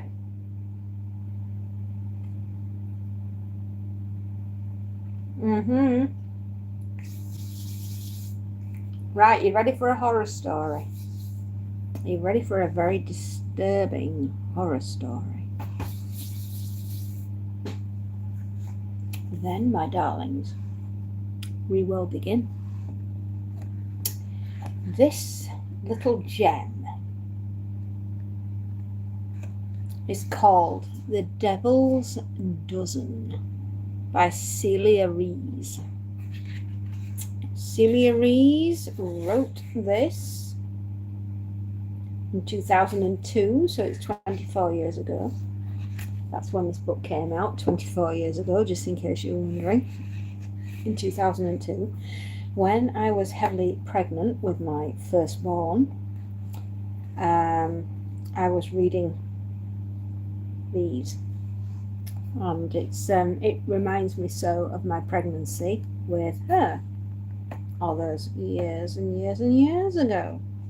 Well, anyway, this one is called The Devil's Dozen from 2002 by Celia Rees, and it's quite disturbing in nature.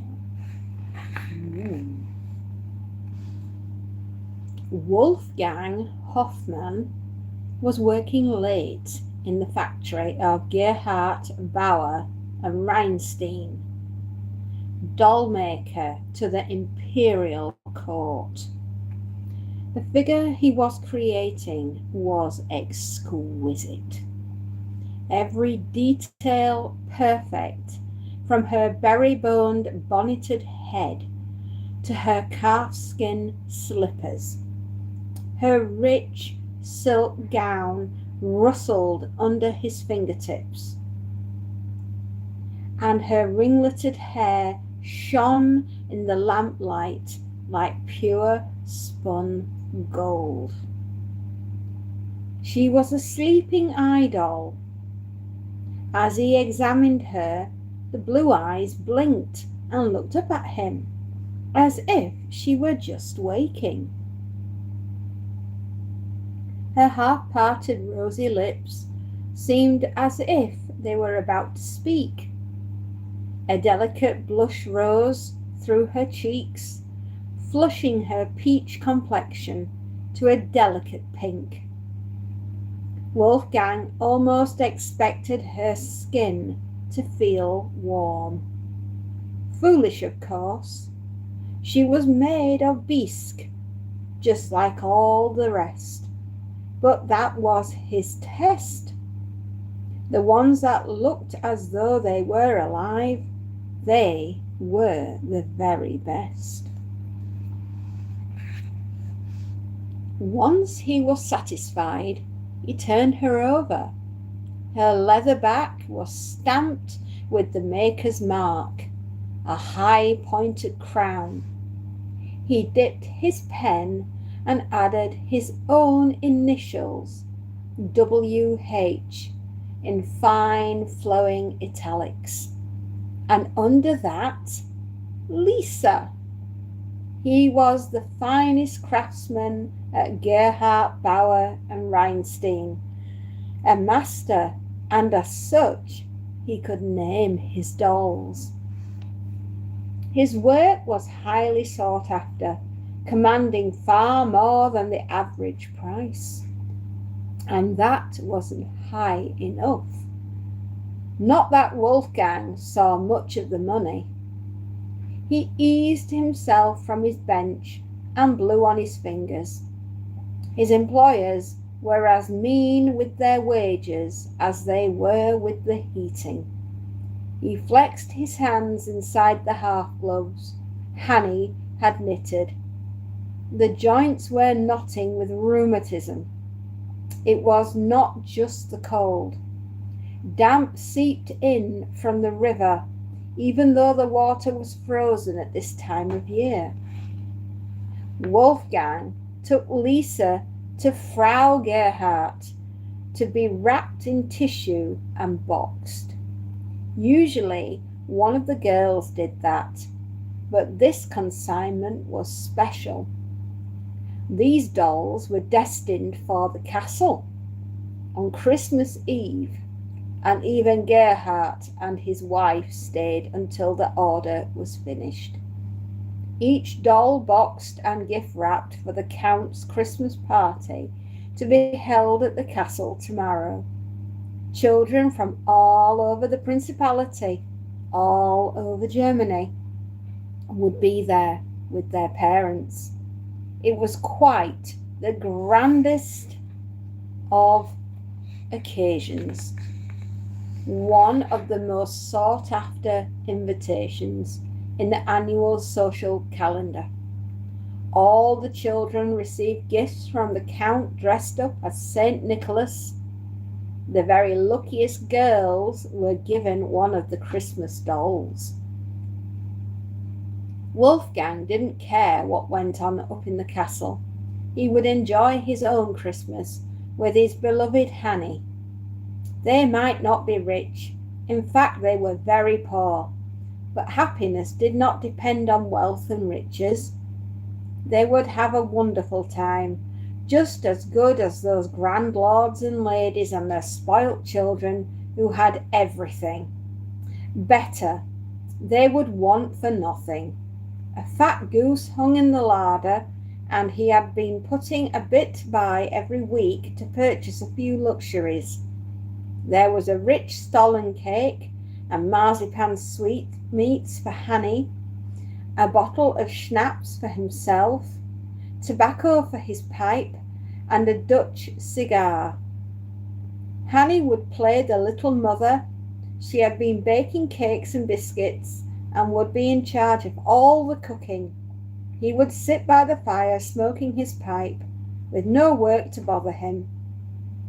He had been to the forest to gather a tree for Hanny, and they had decorated it together with ice biscuits made by Hanny and hangings made out of bits and scraps he had brought from the workshop.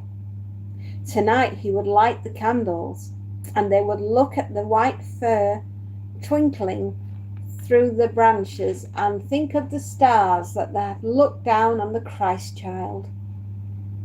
Then they would walk through the sparkling cold to midnight service to see the miracle for themselves. Hanny loved to see the Christ child with his Virgin Mother brought in solemn procession. She gasped in the wonder as the baby was laid in his cradle to be gazed upon by the shepherds carved by Wolfgang's great-great-grandfather. Wolfgang would hold her up so she could get a better look, and he would try to banish the blasphemy that had come into his mind every year since Hanny was a baby. Never was a child more beautiful, even Christ Jesus. Never was a child loved as much, even by the Blessed Virgin herself. On the way back from the church, Wolfgang would carry Hanny on his shoulders, for she would be tired, and when they got back to the house, Hanny would hang her stocking, and Wolfgang smiled at the thought of her little face the next morning in among the little wooden animals and the oranges and apples and nuts and dried fruits, comfits and sugar mice. There would be the most beautiful lady. No child in the land would receive her equal.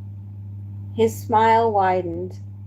She would make the dozen destined for the castle look drab and tawdry, fit only for the children of peasants. He was lost in dreaming of how it would be. All finished now, Wolfgang, let me see. Wolfgang offered the doll for Herr Gerhardt's inspection. She is beautiful, beautiful. Good work, good work. Herr Gerhardt was small and bald and chubby about the cheeks, with a double chin and rings of flesh around his neck. He reminded Wolfgang of a fat old baby. He looked exactly like the novelty infant, the ugliest doll that they had ever manufactured. When he saw Herr Gerhardt looking up at him, brown eyes bulging, long upper lip jutting out over his half-open mouth, he couldn't help thinking that Herr Gerhardt had modelled the doll upon himself.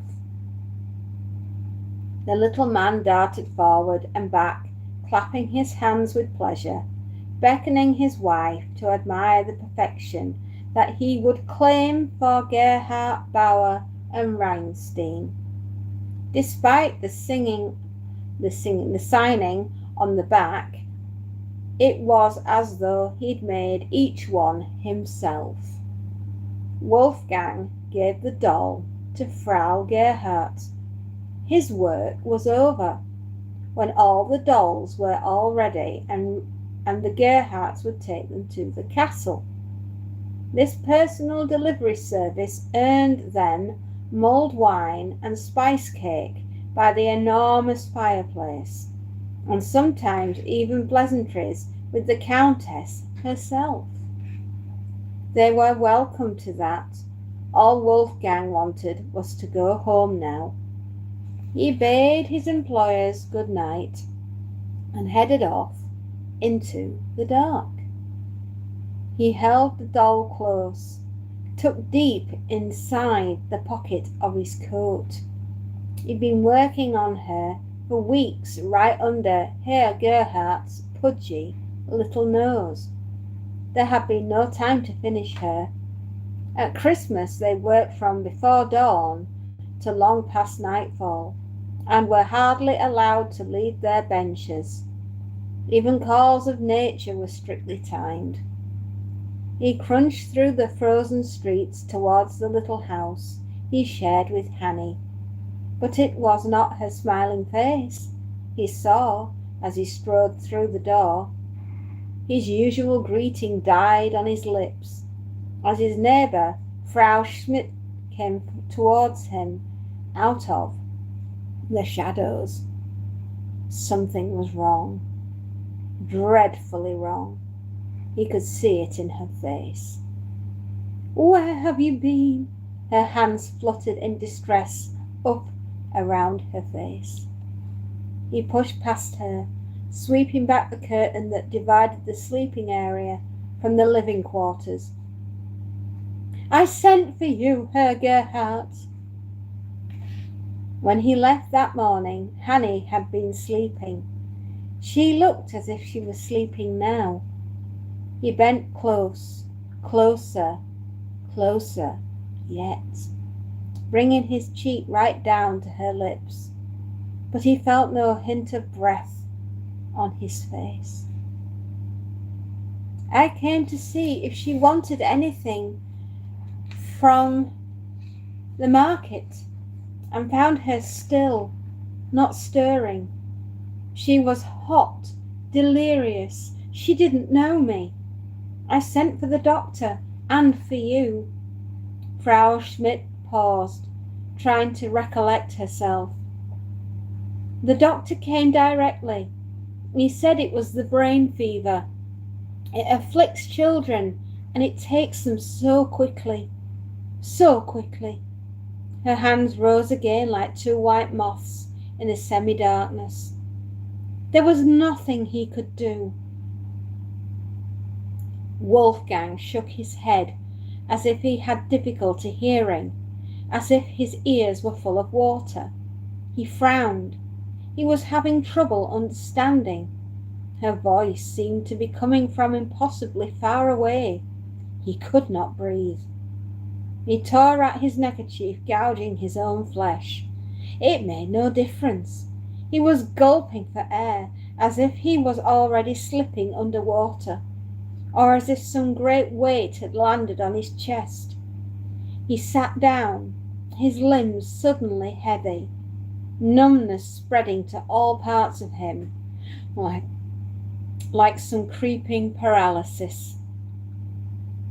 "I'll lay her out," the neighbour was saying.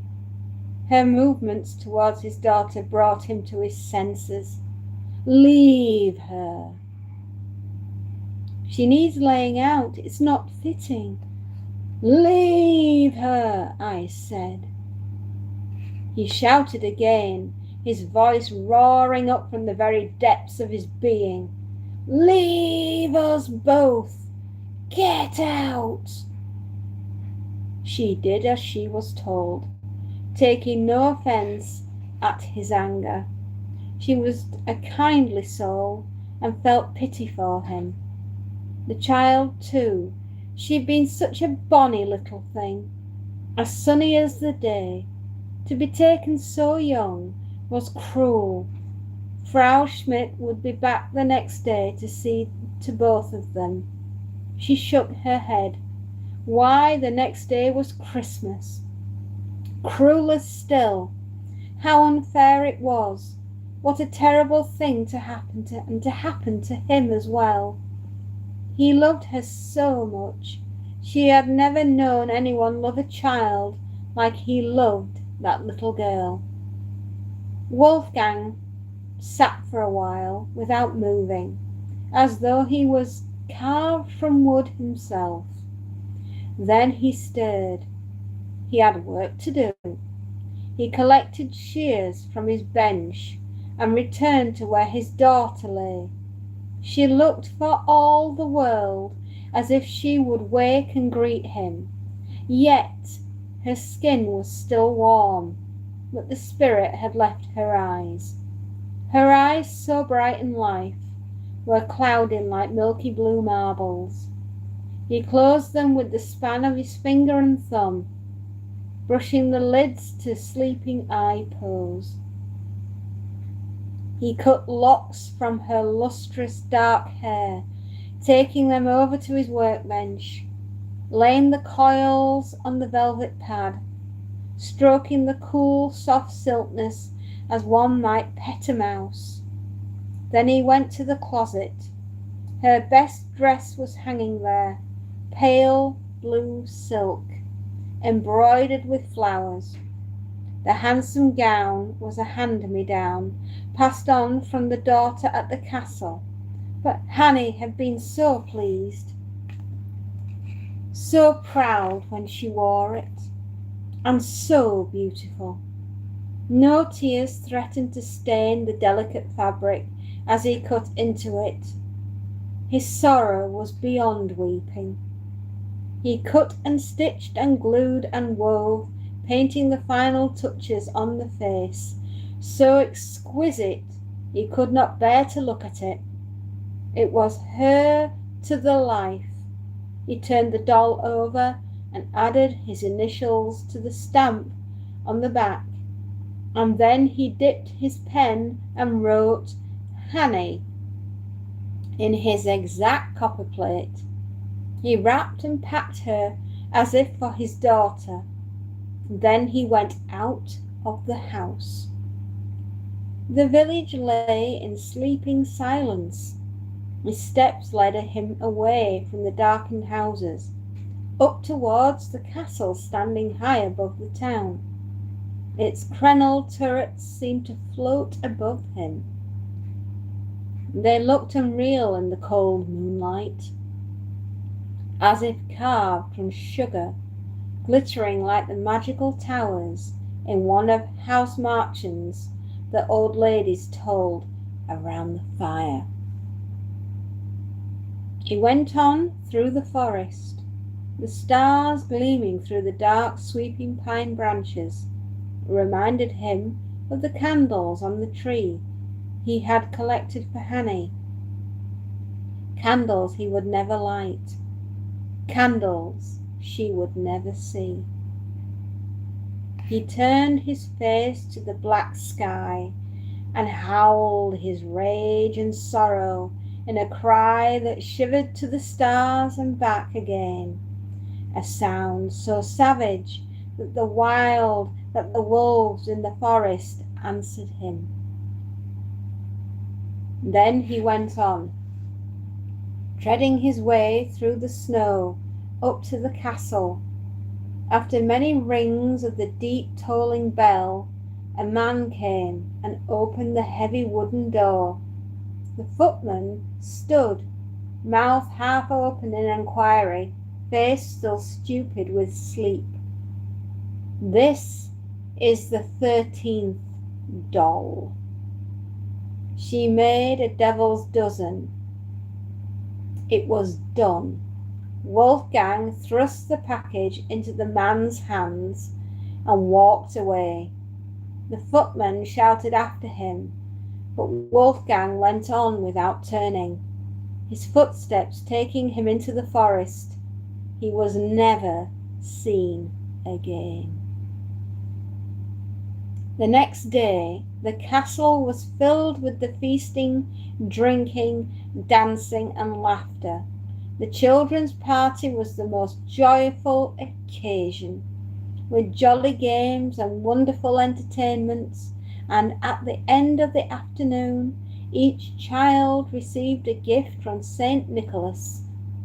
It was a time of happiness, but the celebrations were short-lived. First one child, then another, fell victim to the sickness, by the onset of which was terrifyingly swift. By the time the doctor came, it was often too late. The fever spread out from the castle, taken by the departing guests. For many years in that country, Christmas paused, and no one marked it. For what is Christmas without a child? Very rare, hardly ever come up, even at auction. The work of a master craftsman, one of the last he ever made, highly sought after. We were so lucky to get it. Most of them are in museums. Private collectors simply will not part with them. Theo Ryder was only half listening to the salesperson's patter. He'd already made up his mind. He was like that. His decisiveness had made the young American trader a fortune in the city before he was even 30. Wrap it, I'll have it. The price reflects the extreme rarity. Theo didn't blink. It wouldn't even take a chunk out of his bonus. But money was to spend, right? Besides, if what she said was true, then he was making a shrewd investment. And that was what he was good at. Put it on that. He handed over his platinum card. She'll love it. He turned to the little girl at his side. Won't she, short stuff? It's a nice dolly. This doll is not for children. Theo grinned. He thought the salesperson was about to have a cow. Ha ha! Don't worry, he laughed. It's not for Sophie. The little girl looked up when she heard her name. It's for her mom. She's a collector. It's a Christmas present. Oh, I see. The salesperson allowed herself to breathe again. Yeah, it's gotta be Mommy's dolly, eh? Short thing. My dolly. Sophie's brow beetled down and her lower lip protruded. No, Mommy's. Hey, we talked about this. Santa's bringing you other stuff. He nudged the little girl. Bringing you something special this year, isn't he? Tell the lady. Monsters and, oh, a dream house for my dolls. No, not that. A bike with extra little wheels so I don't fall off. Not that either. He's bringing you a little brother, isn't he? The little girl didn't reply. She was suddenly more interested in the gift wrap ribbon. Yeah, my wife's expecting any time now. Theo turned back to the salesperson. We know it's a boy. Have the scan. Hoping to have both of them home for Christmas, aren't we, huh? His daughter didn't look up. Nice dolly, she said as it disappeared into the box. My dolly. Her father shook his head and grinned at the salesperson. Boy, she can be stubborn, just like her mother. He bent down on one knee to talk to his daughter. It's Mommy's doll, like I told you. My dolly. He looked down at his frowning daughter. Not your dolly. How many times? Hey, don't start up. Oh, sorry, I've just got to change position. My back's starting. Oh, that's better.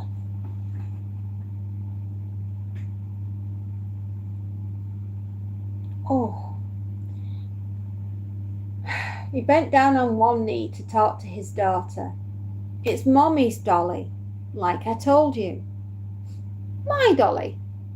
He looked down at his frowning daughter. Not your dolly. How many times? Hey, don't start up.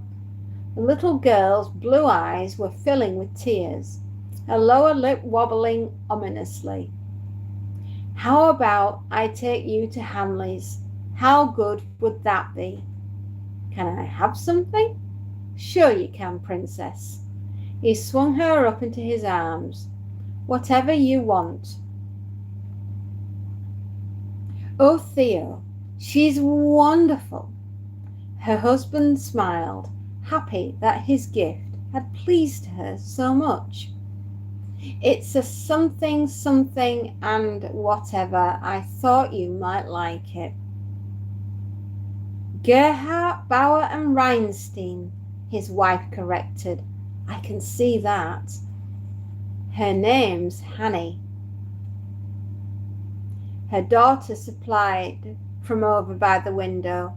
She was playing with the toys Santa had brought her. Her favourite was Baby Hugs. It was a doll really, but it looked just like a proper baby. It had rubbery skin and it cried, so you knew when to feed it. You also had to change it because it did wee-wees. For Sophie, that was the very best thing.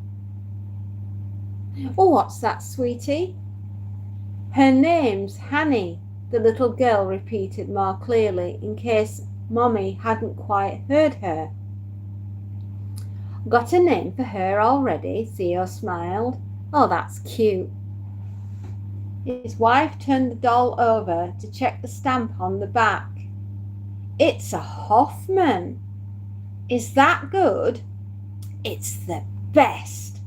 I've never seen one as good as this. She peered more closely at the writing under the maker's stamp. That's his initials right here. Yes, right there. Should be a name too. He was allowed to name the ones he made. Yeah, it looks like. She took the doll to the big picture window. The leather had cracked through the lettering, making it hard to read. Hannah, Harriet. Oh my God, Theo! What is it? He came to her side, thinking that maybe she'd discovered the doll was a fake. Her name's Hanny. Sophie's right. The little girl beamed her satisfaction. Why didn't they ever believe her? How did she know? Theo shrugged. The woman in the shop must have said. He frowned, trying to recall. He hadn't been paying too much attention, but that had to be it, didn't it? What other explanation could there be? Sophie was only 3. She couldn't read yet. Besides, he'd kept the doll at his office. He was just about to ask his daughter, but she was busy with her baby. I think he's hungry, she said. I better give him a bottle. He's not the only one, her mother laughed as the sound of crying amplified by the baby monitor filled the room. We can feed our babies together. Sophie smiled at her mother. What a great idea. They went to the nursery hand in hand. Some of the books warned about sibling jealousy, but that didn't seem to be an issue. Sophie seemed to really love her new little brother. Now mother and daughter could care for their babies together. Buying baby hugs for Christmas really had been a good idea after all. After the babies were fed and winded, Sophie suggested taking them out in their buggies. Santa had bought her a brand new one with the big wheels and a swing seat. She was desperate to try it out. They took the elevator down to the riverside walk by the Thames. They strolled along, nodding at other walkers, avoiding joggers and children trying out new skates and bicycles at certain points. Theo and Jenny stopped to admire the view across the water, picking out famous landmarks in the city spread out along the opposite bank.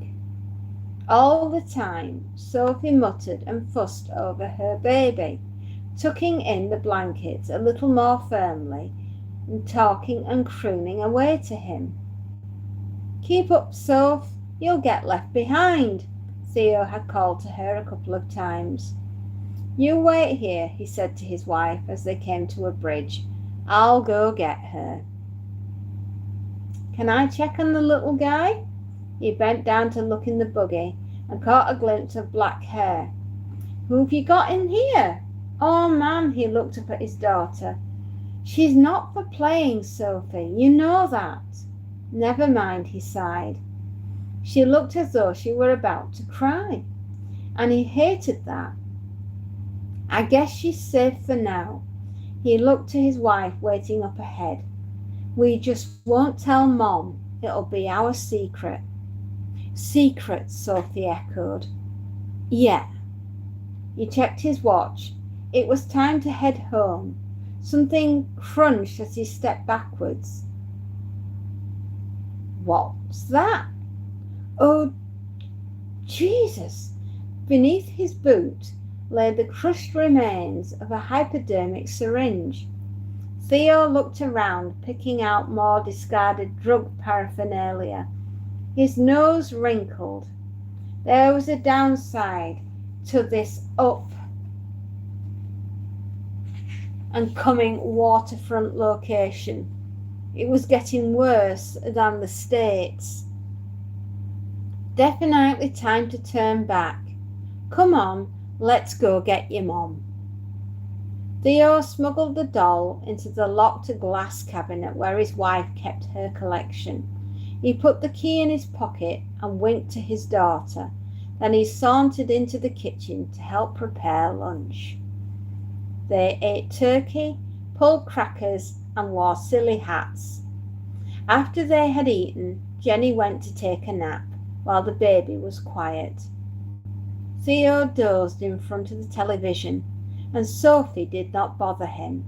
She brought out a whole pack of toys, setting them out under the glass cabinet that housed the doll collection.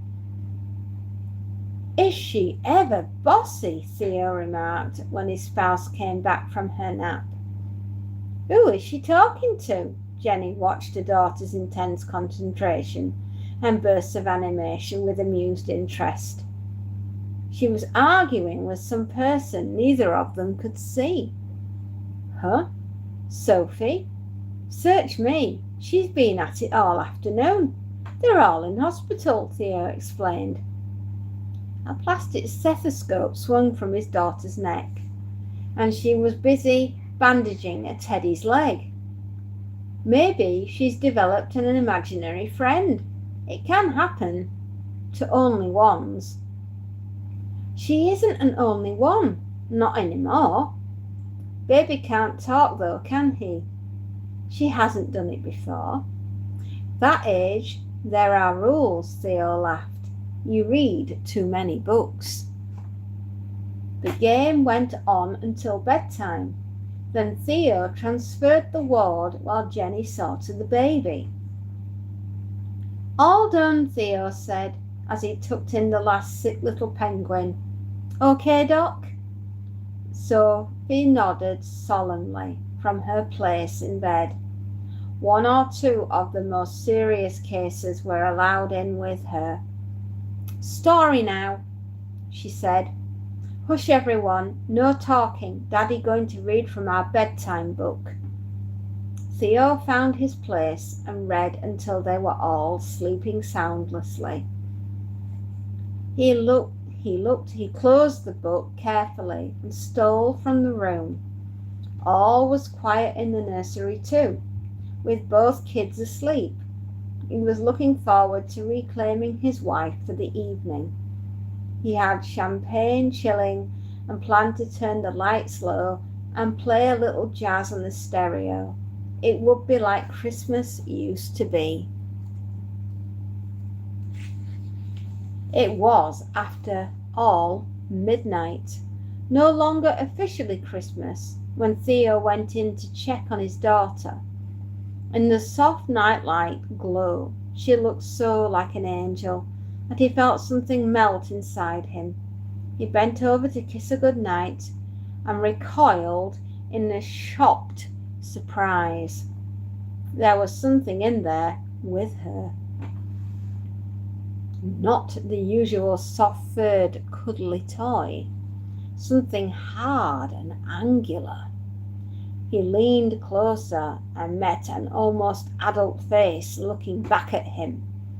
It was that Hanny doll. She'd given him a start. His hand automatically went to his pocket. The key was still there. How could that be? Must have forgotten to lock it, Theo took the doll out of Sophie's arms as gently as he could. Jenny was still with the baby, so they might just get away with it. He took the doll back to the cabinet, and this time he made sure it was locked. Theo checked the cabinet the next morning, a casual glance on his way to the kitchen, and he had to retrace his steps. She was gone. Again. He went back to the bedroom, checking his pants pocket. The key was still there. What was going on here? It was early. He looked over to his wife, still sleeping. The baby was quiet, but he could hear Sophie. She always woke early, but she was never any trouble staying in her room, playing with her toys. She was talking to them now. Where's Mommy's doll? It was almost as if she were waiting for him. Honey? Yeah, honey. You were told not to touch her. Honey's gone. What? Theo was rocked by Sophie's finality. Gone? Gone where? Sophie didn't answer that. She told me to do bad things. What kind of bad things? Theo sat down on the end of the bed. She said the dolls were sick. She said I had to make them better with the spike thing, but it didn't work. She held up baby Hugs. Look, he's got holes all over. He wheezes out of everywhere. Theo exclaimed the baby doll. A mass of small, discoloured pinpricks punctured the pale, smooth latex skin on his arms, legs, and even his face. I didn't want to do it, Daddy. Sophie's eyes were filling, her little mouth trembling. She was building up to tell him something worse. He knew from experience. This spike thing, he asked, keeping his voice as gentle and quiet as he could manage. Where is it? It's under there. She groped under the bed. Let me. Theo held her arm. He got down on his hands and knees. In amongst the picture books, lost toys, and pieces of Lego lay a disposable plastic syringe. He reached for it, careful to avoid the needle seizing the orange plastic plunger between finger and thumb. He edged backwards, holding it by the barrel, keeping the thing at arm's length. It felt dirty even to touch. He dumped the contents of the plastic cup and dropped it in, wiping his hands on his tracksuit leg. He turned back to his daughter. This, Hanny, she tell you to do anything else? She said the baby was sick. Theo felt his blood freeze. Then he was out of there, sprinting along the corridor to the baby's room. Sophie scrambled out of bed to follow. She could tell by his face that he was mad, and that frightened her. But still she went after him. She had to make him listen so that he would know what had happened. Daddy, Daddy! Not now, honey. Theo was stripping the baby, checking him over, trying to do it gently so he wouldn't cry. He was awake, staring up with solemn dark blue eyes. He looked okay, but how could you tell at that age? There were no marks, but that needle could carry anything. HIV, hepatitis, you name it. Or she could have injected air into him. There could be an embolism. And what about blood poisoning? And then there was Sophie. She might have pricked herself accidentally. Theo's hands were trembling. It was all too much to even think about. Daddy, Daddy! She was pulling at his tracksuit, trying to get his attention. It was all he could do to stop himself lashing out at her. He was really angry now. Sophie retreated, but he came after her, face red and frowning, hands reaching like grabbers. What have you done? He roared. I did a bad thing. Her own voice was tiny, barely more than a squeak. She cowered from him, hiding behind the padded playpen. Theo turned away, trying to control his anger. The way he felt now, he could kill her, but he had to find out what she had done. What bad thing? His words came out with measured menace. To the baby, what did you do to the baby? Not the baby, stupid. Sophie's fear ebbed a little. If that was why he was angry, then she was safe, for a while at least. I didn't do it to him. That's what she wanted. She ventured out from her hiding place. But I wouldn't. I said, no, no, no, Hanny. Only doctors do that. No way. So, Theo frowned. So what bad thing did you do? I, Sophie faltered, her confidence draining as the full horror came back to her. She made me mad, saying bad things about that and you and Mom. She rushed on, trying to justify the terrible thing she'd done. She said that you had Georgie now, so you didn't want me. I'd had enough, so she hesitated. This was the really bad part. I put her. Where? Where did you put her? Where did you put her, Sophie? I put her in the chunker. It was her name for the garbage disposal. Sophie hung her head, waiting for his anger to overwhelm her. Nothing happened. She looked up. Her father was squatting down, head in hands, shoulders shaking. Sophie went over and parted his hair to see his face. Don't cry, Daddy. She touched his tears with her fingers. She was nasty. Are you mad at me?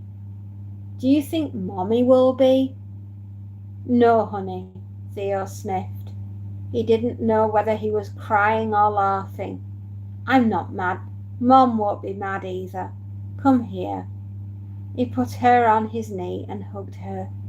Compacted her good, huh? Sophie nodded, but she was still worried. What about Mommy? Hanny was her present and cost lots. She'll be upset. Nothing a trip to Tiffany's won't cure. Anyway, her father stood up, lifting her with him. She's got you and the baby.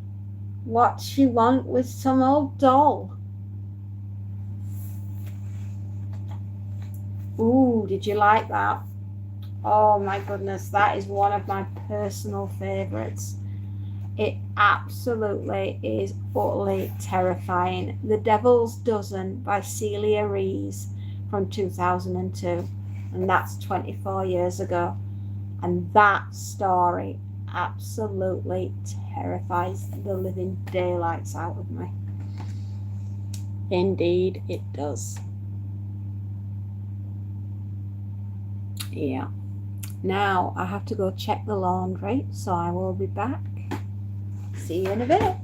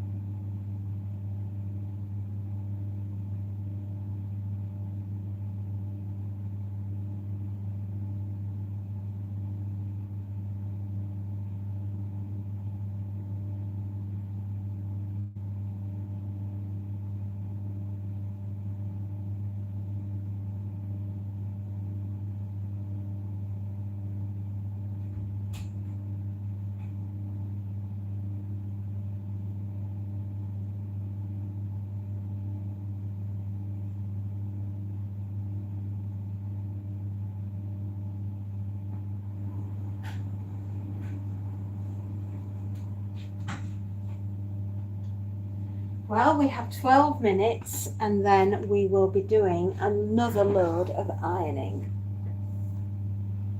Oh, let's see.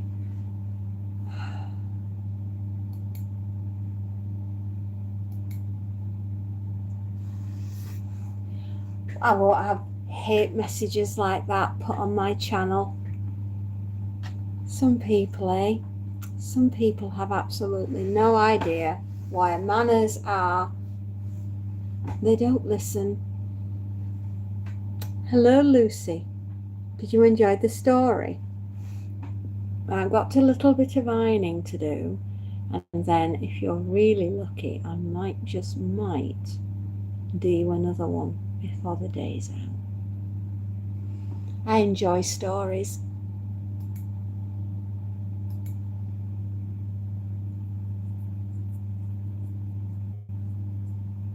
I do. I thoroughly enjoy story time.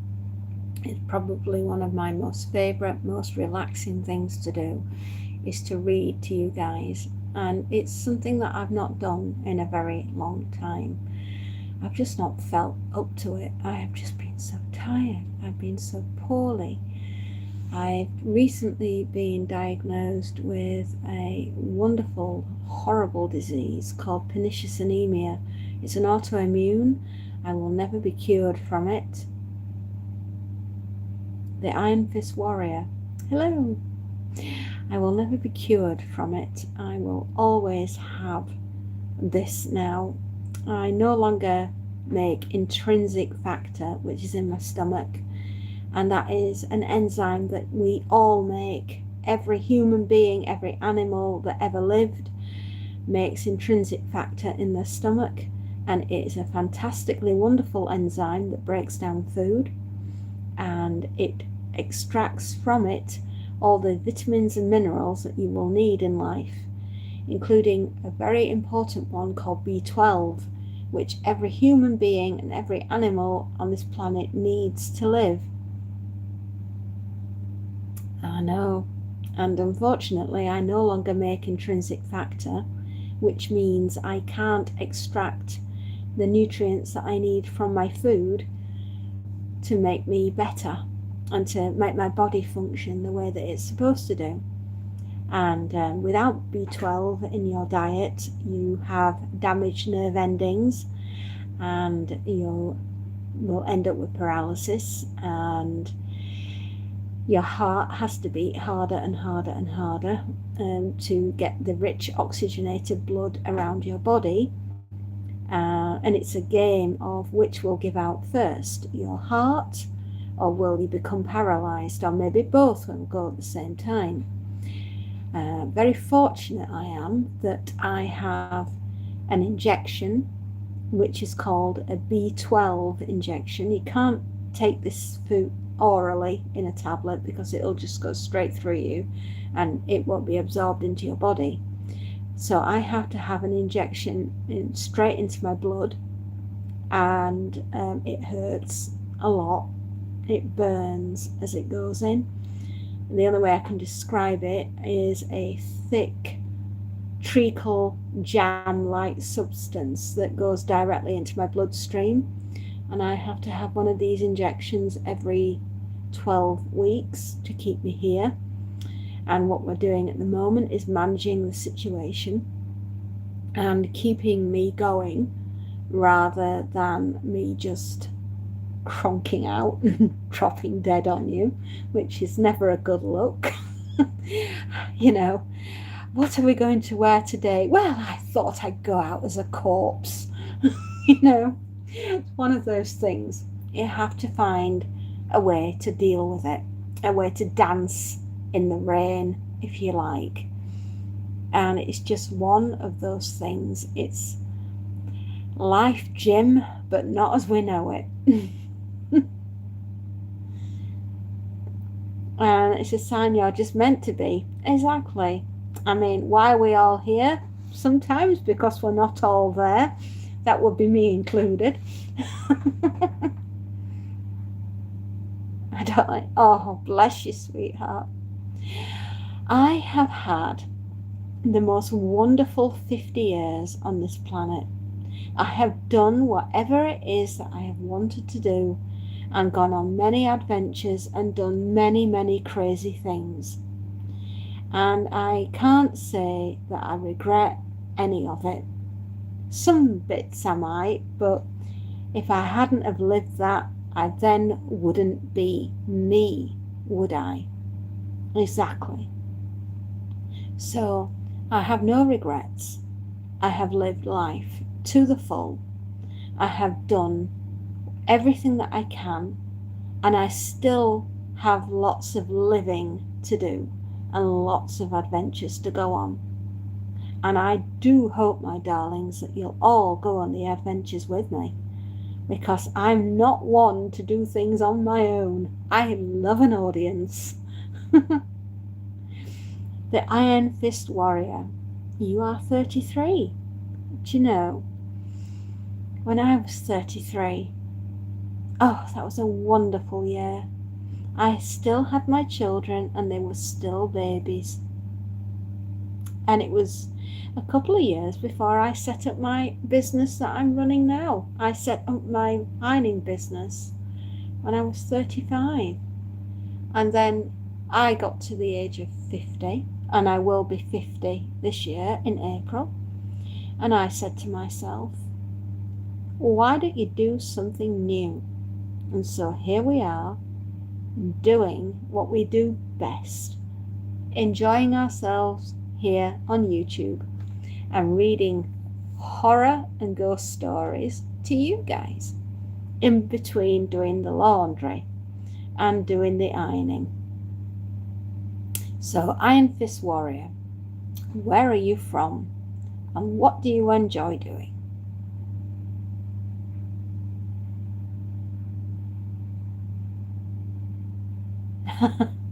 No, my guardian angel is like, that's my guardian angel watching over me, probably terrified and wondering what this crazy cat lady's going to do next. I know. Each to their own, my darling Iron Fist Warrior. Each to their own, and don't worry about it. You're in safe hands. You're here in Fairy Castle, and everyone is welcome. We do have children that pop on here from time to time, and if you see them, watch over them, because bless their little souls, they're innocent to all that's going on in the world. And if they do come on this channel, we like to try and make it a safe place for them, so that they know that they're loved and that they're wanted and that they've got somewhere to go if they're having a rough day. Because let's face it, that's life, isn't it? Oh, Callum. I'm not quite sure what that is, but is it supposed to be love hearts or something? That's very sweet of you. Or a hug. Is it hug? Are you sending me a hug, little bug? Yeah, so that's what's been going on in my life. They were testing me for cancer and whatnot over Christmas, but it turns out it's an autoimmune disease called pernicious anemia. And it's not pleasant. It's a horrible disease. But you know, it's just one that we have to roll up our sleeves and pull up our socks and strap on your bootstraps, as they say, and keep going, because you haven't got a choice. You've got to do this. Hey Tim, hi sweetheart. What time is it over there in freezing cold Kentucky? How are you doing today, my darling? You doing good? I do hope so. We're having an afternoon with the fairy. She's doing washing and drying and ironing and more washing and more drying and more ironing. Oh, Tim, are you sending me a hug too? Are you sending me a hug, little bug? Oh, thank you.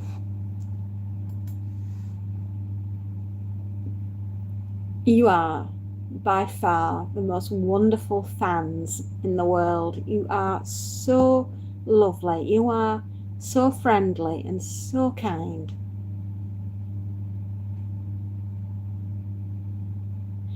You have to learn to dance in the rain. That's what it's all about, Iron Fist Warrior. And as an adult, that's exactly what I do. And as a mother, I tend to be very protective of children, and especially if they pop on the channel. And I've always wanted them to feel that they are here and they've got a special place that they can go and they can talk to the fairy, and you know what, I'll be there for them, because that's what life's all about, right? Oh shucks, Tim, I know, you're so sweet. You really are a lovely friend. And you're a wolf, Callum. Mr. Wolf. A wolf?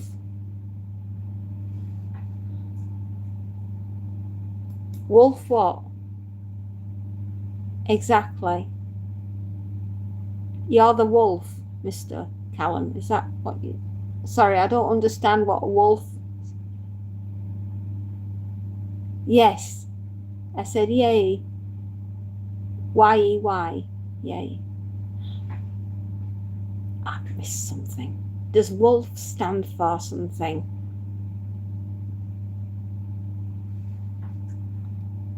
What does wolf mean? Did I not understand? My brain hurts today. You'll have to explain. Callum G1, it says WOLF, wolf. And that's what it says, Callum G1. I don't know what wolf means. No, it doesn't. I'm not understanding. Sorry. Oh, Michael. Hello, Michael Knight. How's Kit the car? Is he good? Other streamers have said my comments come through different. Yeah, that's what I couldn't understand. It wasn't making any sense, Callum. How I view other individuals is I don't care what they do in their own personal time. All I care about is if they're nice and friendly and are happy being their mate. Oh, thank you, Iron Fist Warrior. That's very kind of you. He's in the garage changing. Changing into what? I'll be back in a minute. That was my dryer going beppity bep.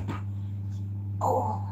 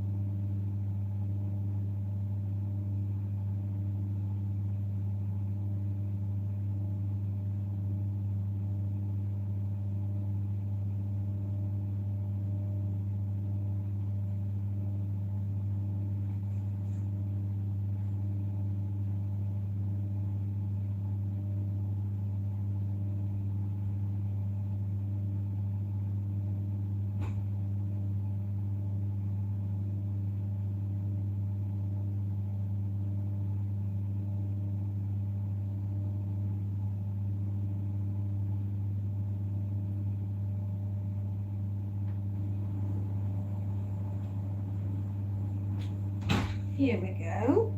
I'm back, my dears. I have a lot of ironing that needs doing, so let's crack on with that. Monty is being as good as he can be, considering he's a greedy guts today.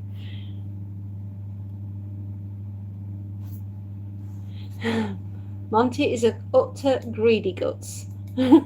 And he eats and eats and eats, and one day he's going to turn into a circle and never fit through the cat flap again. Ooh, sorry. Uh-oh.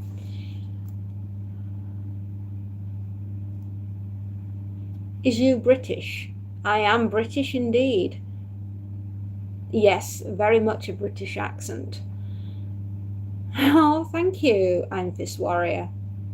As a non-Brit. Oh, okay. I like the Irish and Scottish people too. Oh, they're not bad people, actually. They're very, very nice. Oh, she's a wonderful person. That's my first time tuning in. Yes, I agree. Oh, thank you. Let me see. My heart's beating again. Nothing against the Americans and Canadians. I am just more fond of the British people more than that. Who is Monty? Monty is the cat. Monty is the cat of my hopes and dreams. He is my furry warrior. He is a Norwegian forest cat, and he is the size of a Labrador, and he's built like a battle tank. And he eats everything, and if it drops on the floor, you've got like 30 seconds to grab it, or else he's hoovered it up. Monty is the most amazing boy. I love him dearly. I do. Right.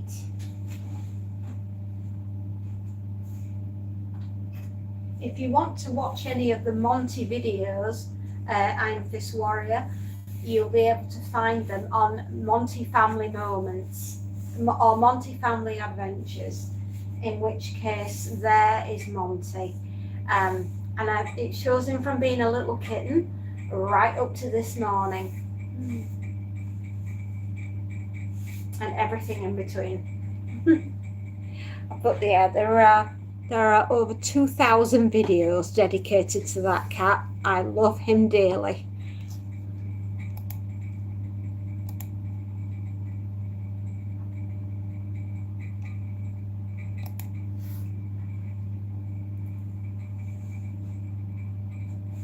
And he's 2 years old, and he's a handful, and he's gorgeous, and I love him. And we've got the dryer on. Yeah, good old Monty. He's always up to something. He's a naughty boy. But we wouldn't be without him.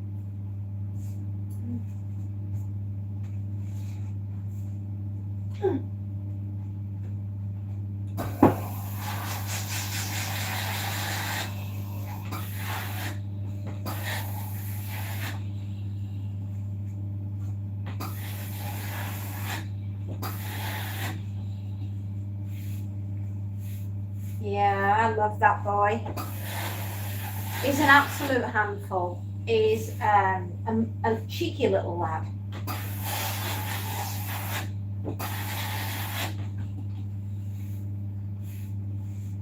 So what shall we have next? Do you want a ghost story? Science fiction? Would you like horror? What story would you like when I finish the ironing? I'm planning on doing laundry Wednesday. I'm Australian, darling. It is 1:53 a.m. Sunday morning for me, and also the first day of autumn for me too here. Of course it is, because we're going into spring, with it being March the 1st tomorrow. Incidentally, tomorrow is my wedding anniversary. I have been married for 24 years tomorrow.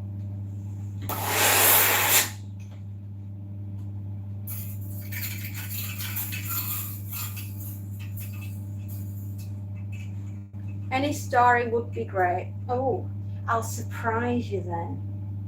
I will surprise you with a story.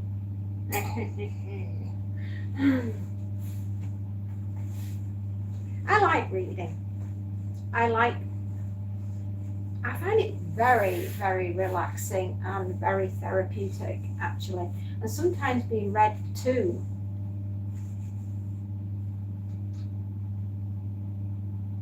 Yes, you are. We have family in Oz. We have family out in Australia. So we're used to the time difference.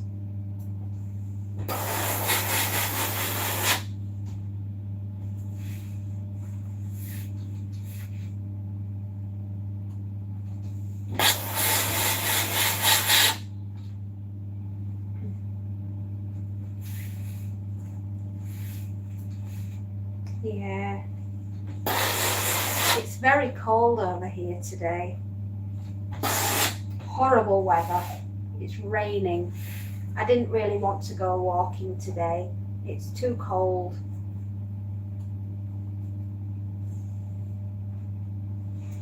Tickling my head. I thought a spider had landed on me. Oh, do you know, one day I was ironing and that actually happened. I had a giant jack wolf skin crawling over my head, and I went to the computer and I brushed my hair and it fell down on the keyboard. I nearly passed out. I was so scared. I screamed so loud the neighbours called the cops. They thought I'd been murdered. Do you got any adventure stories? Oh, yes. Yes, how about a ripping yarn from Ray Bradbury next, when I've done the laundry. How does that grab you?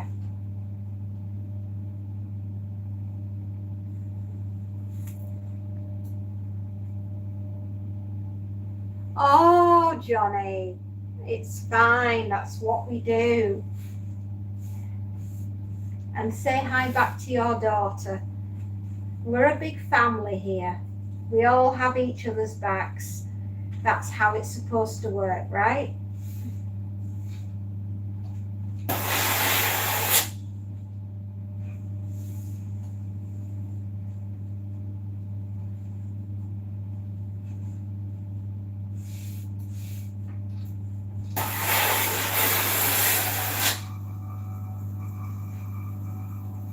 Don't mind me asking, how many children? I have 2, but they're grown up and far away.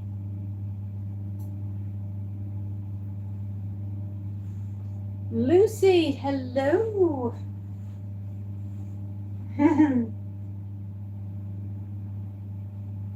Oh, we do our best to take care of everyone we can. That's our job.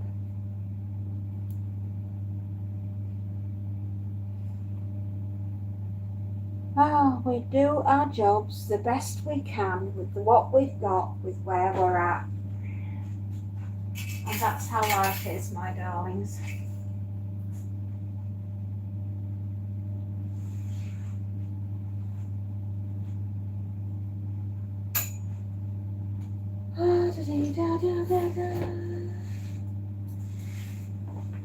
Busy doing laundry. Just shoved another load into the dryer.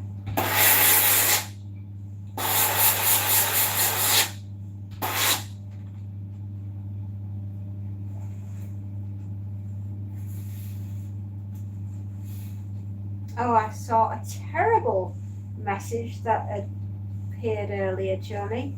I've zapped it anyway. But fancy. One thing that we're not on this channel is racist. No, we're not. We would never be racist on this channel.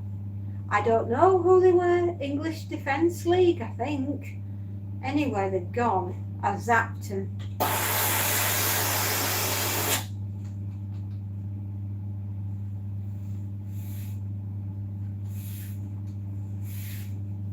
yeah, they were all about hate and, you know, we're only on this planet for such a short amount of time. I don't like it when people are hateful. I remember you, Skater Bro.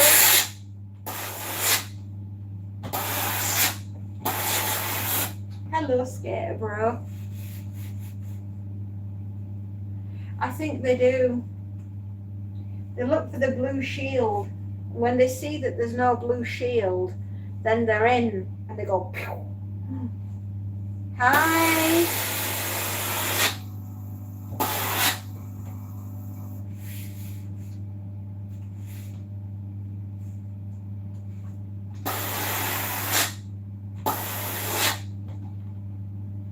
It's lovely to see you again, Skater Bro. How is your wonderful weekend going? Are you enjoying the weather? We're not. We're staying indoors today. It's too cold and too wet out there.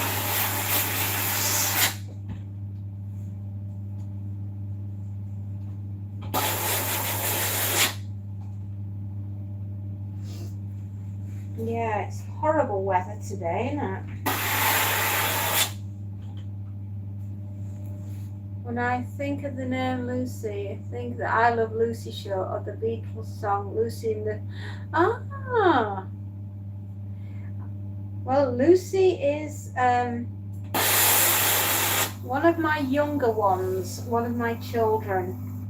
So I just they pop in from time to time to see how Grandma's doing. That's me. I could be a grandma. I am the right age. I'm 50 years old this year, so I think I could be a very glamorous grandma, I suppose.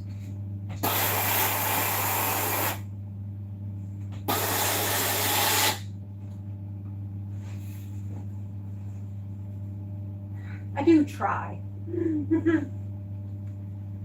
Yeah, I do try, my darlings.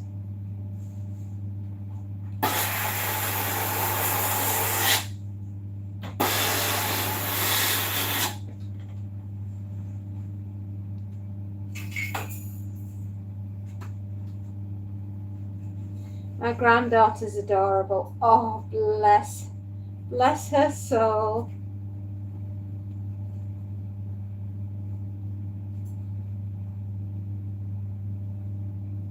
The trolls must go. Where must the trolls go? How long have I been live streaming? Well, looking at my clock, it says 3 hours. But I've been ironing and washing in between that time as well. So I have been quite busy.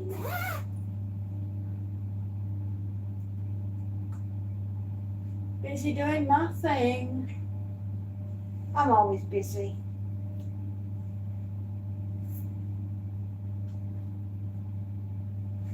Uniform. Always uniform. Oh, sorry, how many years? Oh gosh, I started live streaming last May. And I've been doing it ever since, and I've really enjoyed it. Under a rock. That sounds like a good idea, Johnny.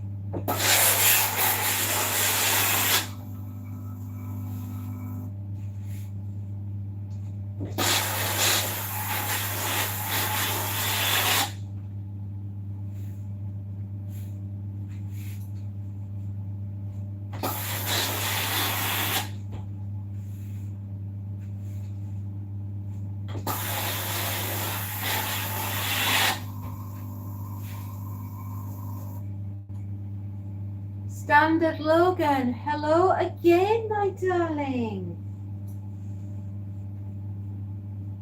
With a boink with the hammer. Well, that sounds like a fabulous idea, Johnny. I like the idea of that. How are you doing, Standard Logan?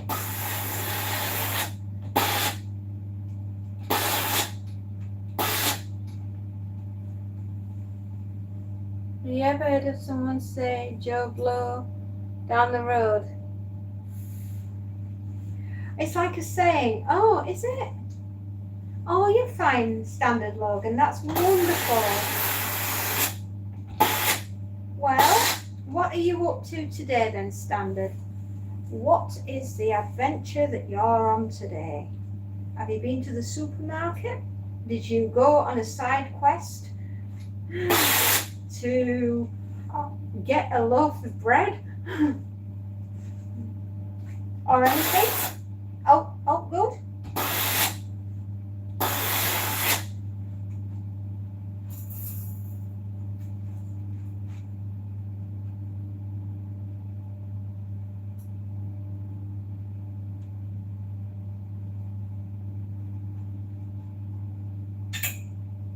I take it you've been in the services then, Iron Fist Warrior. Have you been in like the army or navy or something? I'm making a compilation of my favourite Britain's Got Talent moments. Oh, Britain's Got Talent.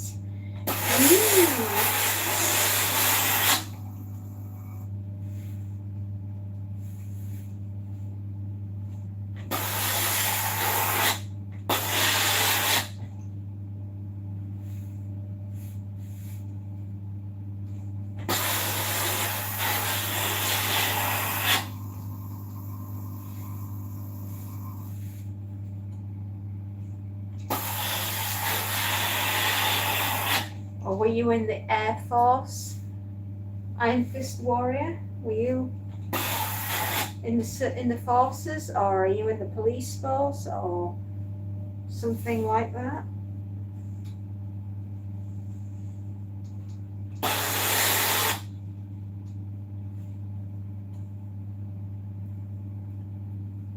Joe Blow down the road is a phrase, not a saying. Oh, right.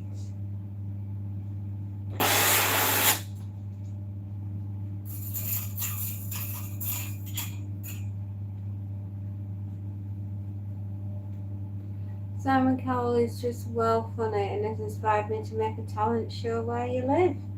That's nice, Standard Logan.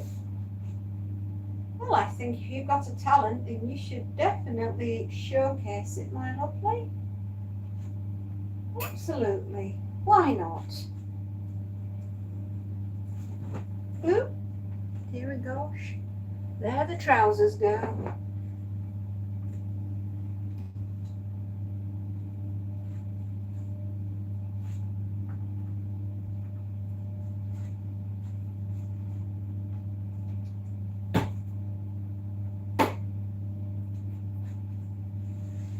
I literally make a show. I own a talent show.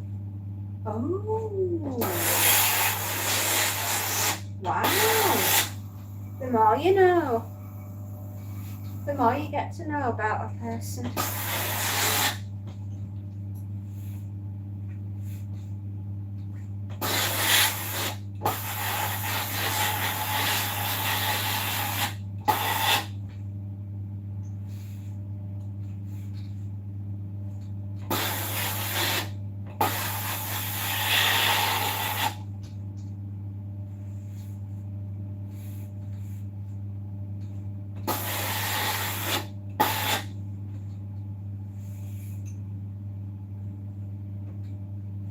Well, I've often just pop on here and people say hi and how you doing and are you alright, and I just chatter away like I do and say hello, and I hope you're all having a lovely day. I started making a new talent show. I've been so busy with it. Oh wow. You do sound like you have a very full life, Standard Logan, don't you?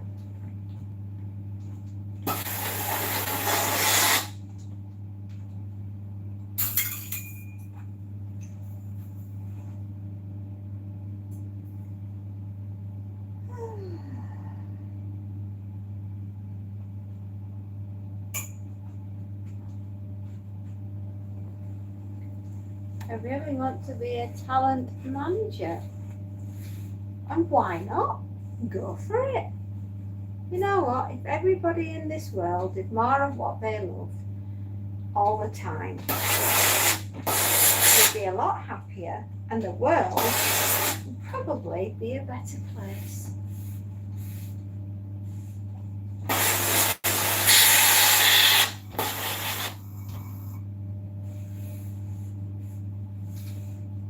It is what it is, everybody.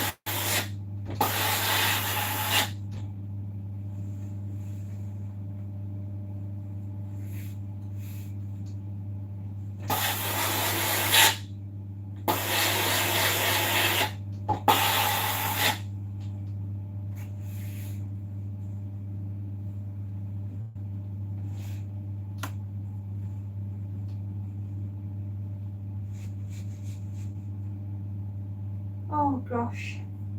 I'll be glad when that's done.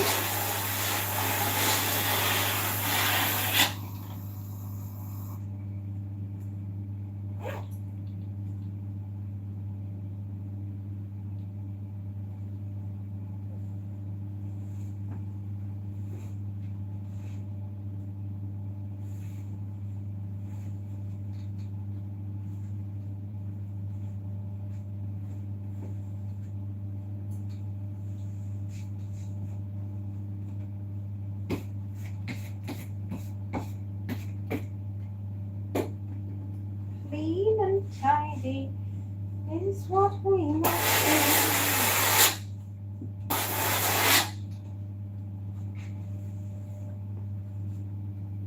Okay. I have got one more item and then I am done with the ironing. And I will be glad.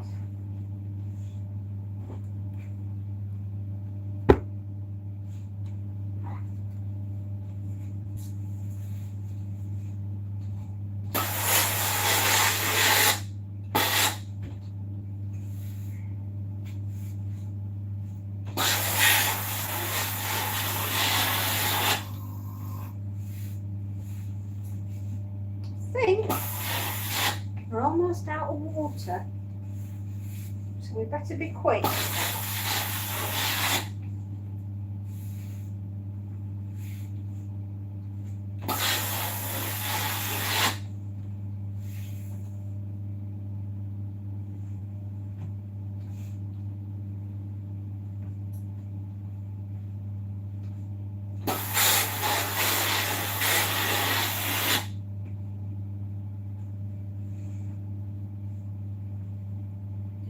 Well, when I finish this and we've got a few of my little jobs done, because I've got a couple of little jobs to do.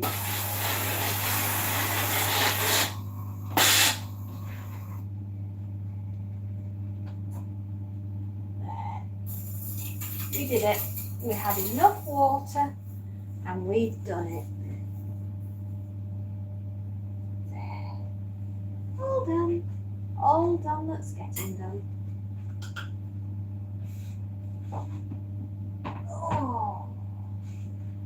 Oh, bones, oh, diggity bones. Do, do, do, do, do, do, do, do. We've got the ironing, it's all done. We've done the washing, it's been so much fun. We've got to do the ironing board, put it away, 'cause that's what we do.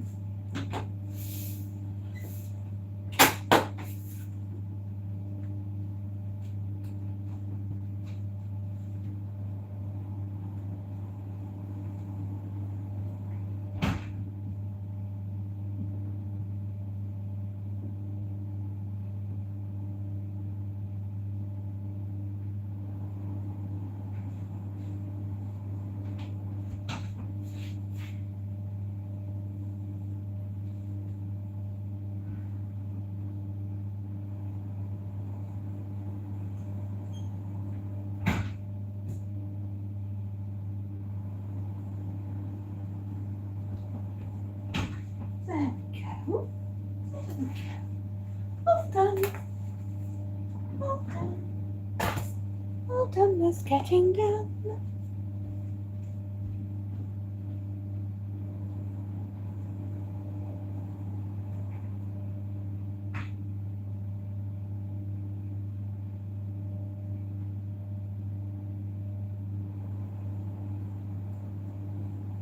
Right, I'll just back my little ironing floor, get all the fluff up that was there before, and that is what we're going to do.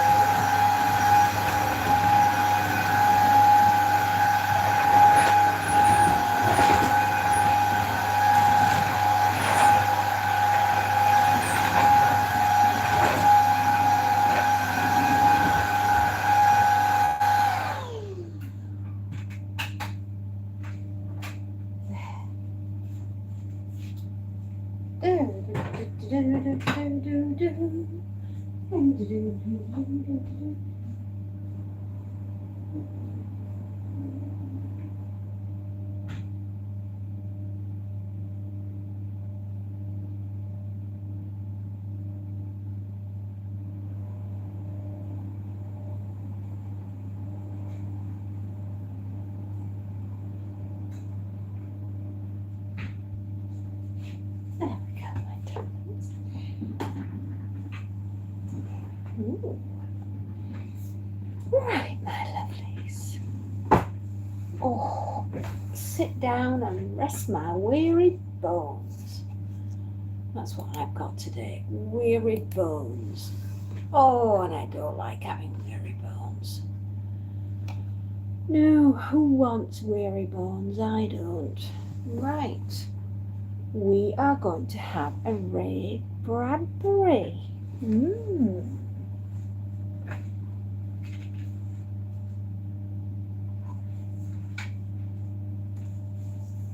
From the Tome of Ray Bradbury.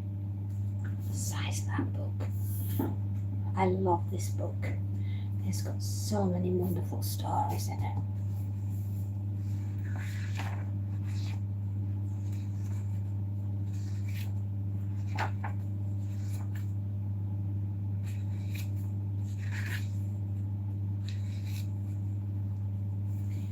The night.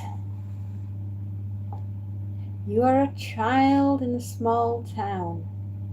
You are, to be exact, 8 years old. And it is growing late at night.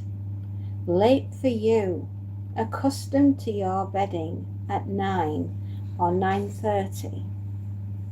Once in a while, perhaps begging Mom or Dad to let you stay up later to hear Sam and Henry on that strange radio that is popular in this year of 1927. But most of the time you are in bed and snug at this time of night. It is a warm summer evening. You live in a small house on a small street in the outer part of town, where there are few street lights. There is only one store open, about a block away. Mrs. Singer, in the hot evening, Mother has been ironing the Monday wash, and you have been intermittently begging for ice cream and staring into the dark. You and your mother are all alone at home in the warm darkness of summer. Finally, just before it's time for Mrs. Singer to close her store, Mother relents and tells you, run and get a pint of ice cream and be sure she packs it tight. You ask if you can get a scoop of chocolate ice cream on top because you don't like vanilla. And Mother agrees. You clutch the money and run barefooted over the warm evening cement sidewalk, under the apple trees and oak trees towards the store. The town is so quiet. and far off. You can only hear the crickets sounding in the spaces beyond hot indigo trees that hold back the stars. Your bare feet slap the pavement. You cross the street and find Mrs. Singer moving ponderously about her store, singing Yiddish melodies. "Pint of ice cream," she says. "Chocolate on top?" "Yes." You watch her fumble the metal top of the ice cream freezer and manipulate the scoop, packing the cardboard pint chock full with, and chocolate on top, yes. You give the money, receive the chili ice pack, and rubbing it across your brown cheek, laughingly, you thump barefootedly homeward. Behind you, the lights of the lonely little store blink out, and there is only a street light shimmering on the corner, and the whole city seems to be going to sleep. Opening the screen door, you find Mom still ironing. She looks hot and irritated, but she smiles just the same. "When will Dad be home from the lodge meeting?" you ask. "About 11:30 or 12, Mother replies. She takes the ice cream to the kitchen and divides it, giving you your special portion of chocolate. She dishes out some for herself, and the rest is put away for Skipper and your father when they come home. Skipper is your brother.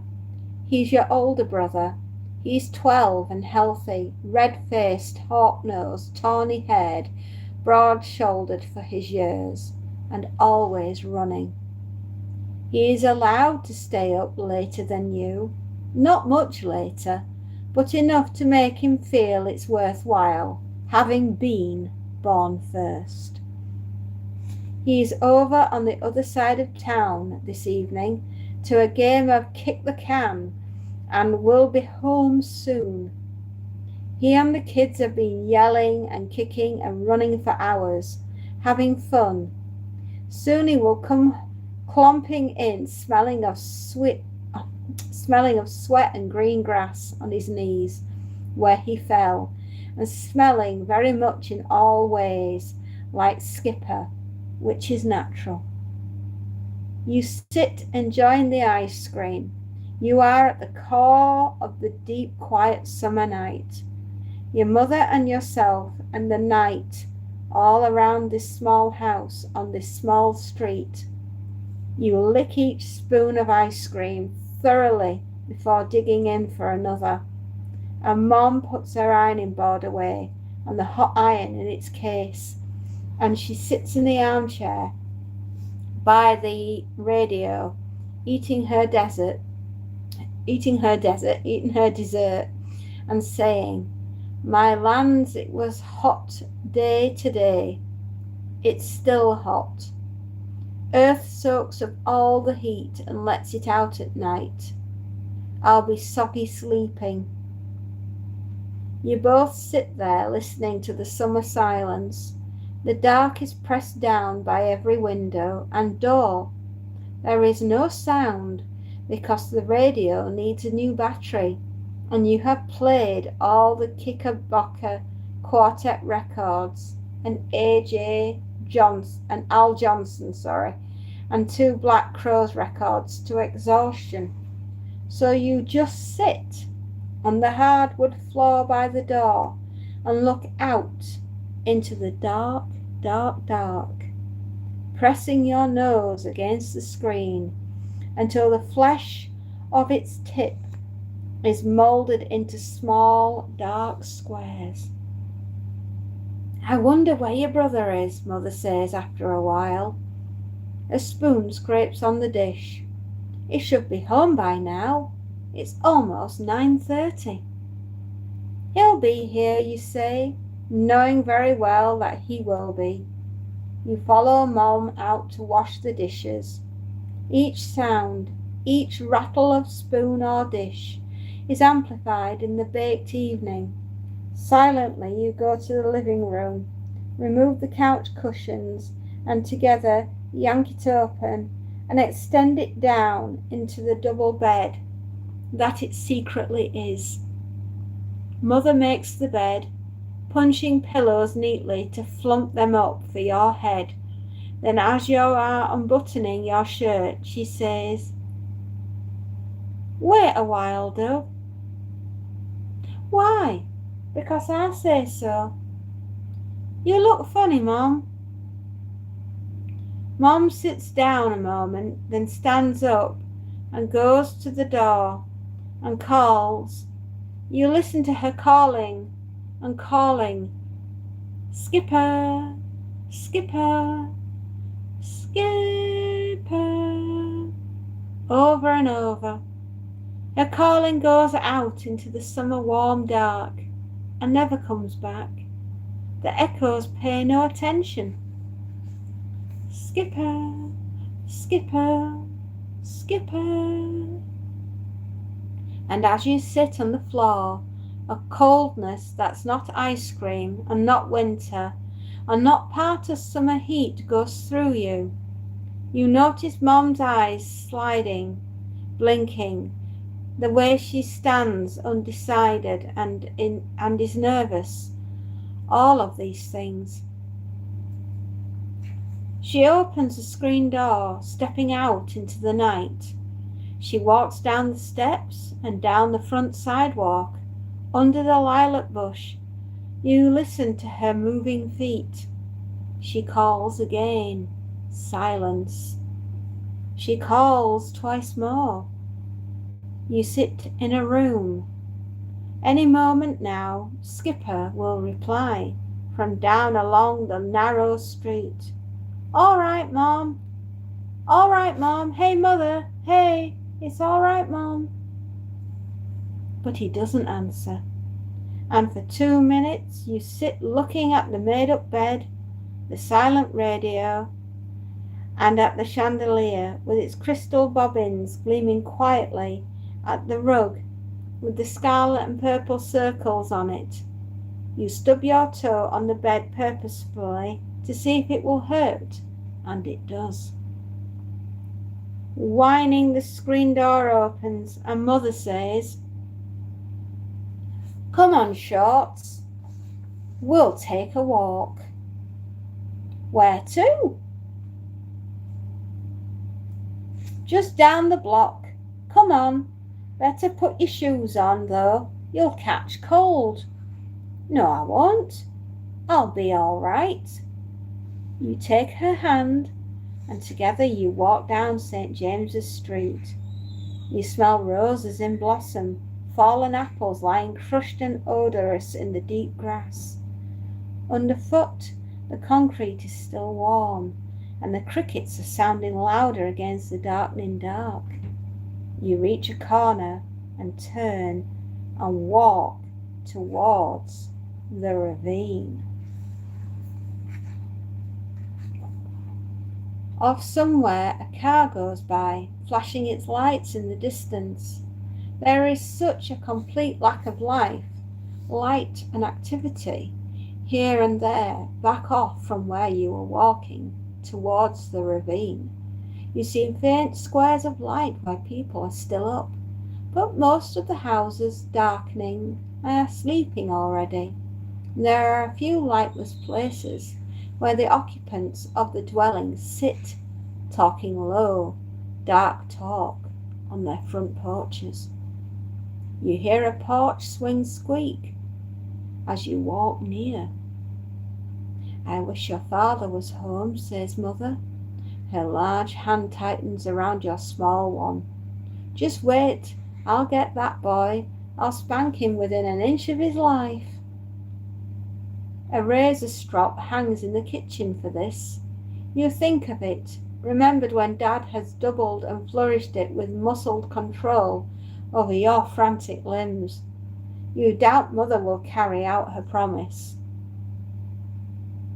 Now you have walked another block and are standing by the holy black silhouette of the German Baptist church at the corner of the Chapel Street on Glen Rock. In the back of the church, 100 yards away, the ravine begins. You can smell it. It has a dark sewer rotten foliage, thick green odour. It is a wide ravine that cuts and twists across the town. A jungle by day, a place to let alone at night, Mother has often declared. You should feel encouraged by the nearness of the German Baptist Church, but you are not, because the building is not illuminated. It's cold. It's a useless pile of ruins on a ravine edge. Oh, sorry, I'm just getting comfortable. You are only 8 years old. You know little of death, fear, or dread. Death is the waxen effigy in the coffin when you were 6 and grandfather passed away, looking like a great fallen vulture in the casket, silent, withdrawn, no more to tell you how to be a good boy, no more to comment succinctly on politics. Death is your little sister one morning when you awaken at the age of 7 and look into her crib and see her staring up at you with blind blue fixed from a frozen stare, until the men come with a small wicker basket to take her away. Death is when you stand by the high chair 4 weeks later and suddenly realize she'll never be in it again, laughing and crying and making you jealous of her because she was born. That is death. But this is more than death. This summer night, wading deep in time and stars and warm eternity, it is an essence of all the things you will ever feel or see or hear in your life again, being brought steadily home to you all at once. Leaving the sidewalk, you walk along a trodden, pebbled, weed-fringed path to the ravine's edge. Crickets in loud, full drumming chorus now are shouting to quiver the dead. You follow obediently behind brave, fine, tall Mother, who is defender of all the universe.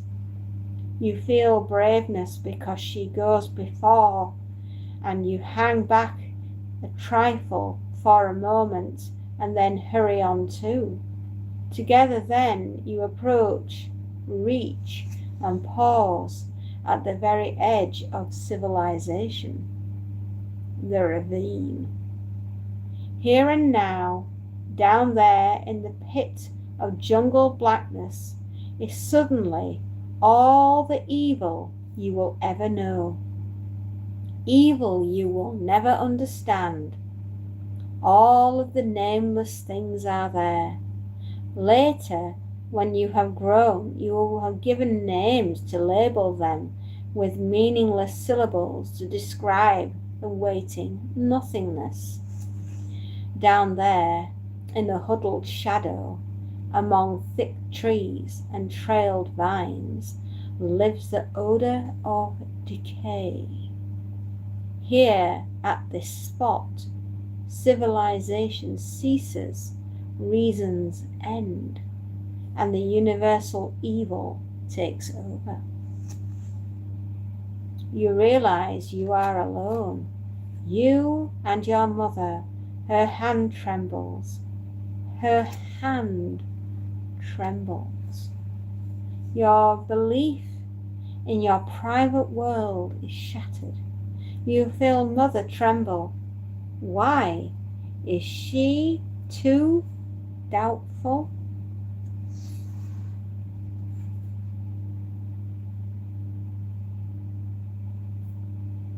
But she is bigger, stronger, more intelligent than yourself, isn't she? Does she too feel that intangible menace, that groping out of darkness, that crouching malignancy down there, down below? Is there then no strength in growing up, no solace in being an adult, no sanctuary in life, no flesh citadel strong enough to withstand the scrabbling assault of midnights? Doubts flush you. Ice cream lives again in your throat, stomach, spine, and limbs. You are instantly cold as the wind out of December gone. You realize that all men are like this, that each person is to himself one alone, one oneness, a unit in society, but always afraid. Like here standing, if you should scream now, if you should holler for help, would it matter? You are so close to the ravine now that in the instant of your scream, in the interval between someone hearing it and running to find you, much could happen. Blackness could come swiftly, swallowing, and in one titanically freezing moment, all would be concluded. Long before dawn, long before police with flashlights might probe the disturbed pathway, long before men with trembling brains could rustle down the pebbles to your help, even if they were there within 500 yards of you now, and help certainly is in 3 seconds, a dark tide could rise to take all 8 years of life away from you, and the essential impact of life's loneliness crushes your being to tremble body. Mother is alone too. She cannot look into the sanctity of marriage, the protection of her family's love. She cannot look to the United States Constitution or the city police. She cannot look anywhere in this very instant, save into her heart, and there she'll find nothing but uncontrollable repugnance and a will to fear. In this instant, it is an individual problem seeking an individual solution.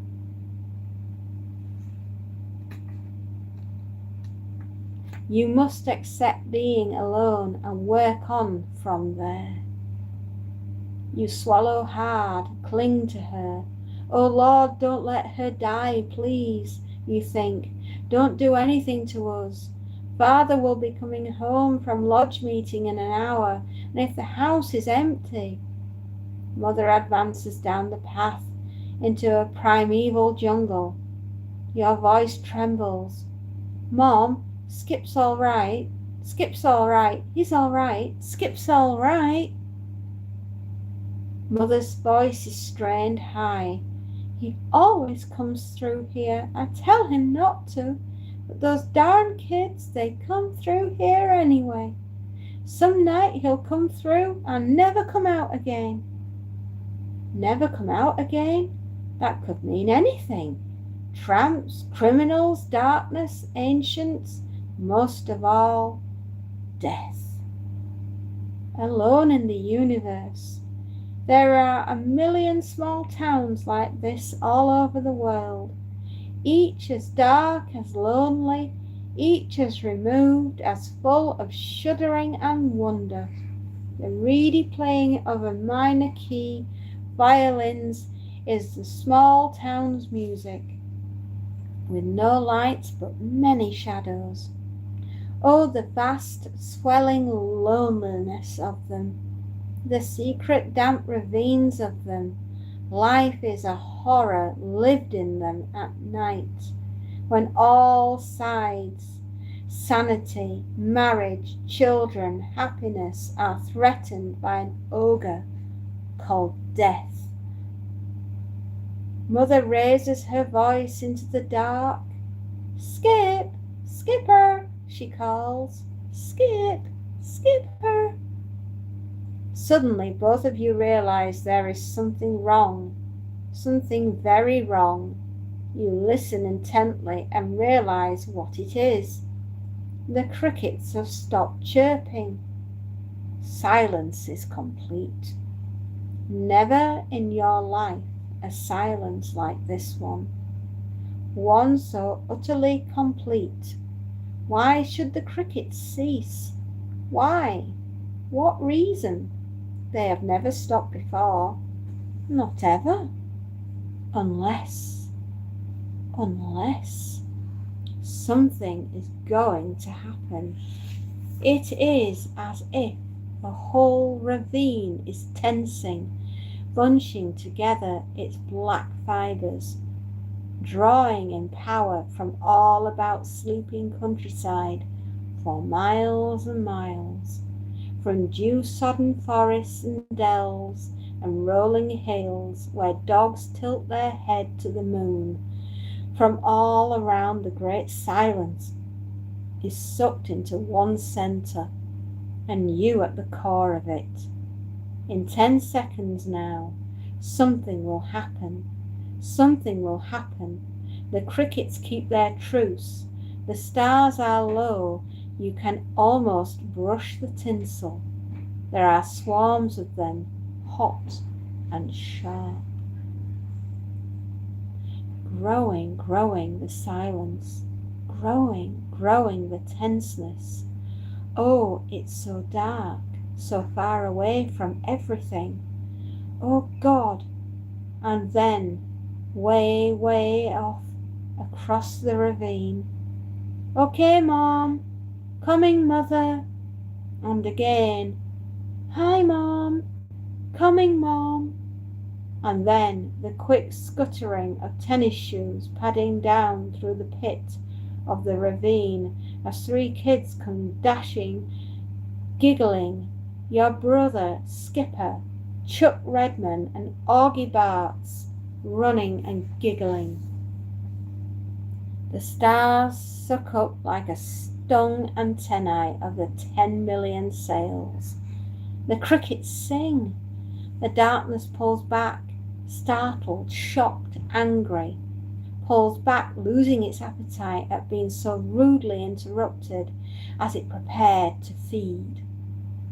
As the dark retreats like a wave on a shore, 3 kids pile out of it laughing. Hi, Mom. Hi, Shorts. Hey. It smells like Skipper all right. Sweat and grass and his oiled leather baseball glove.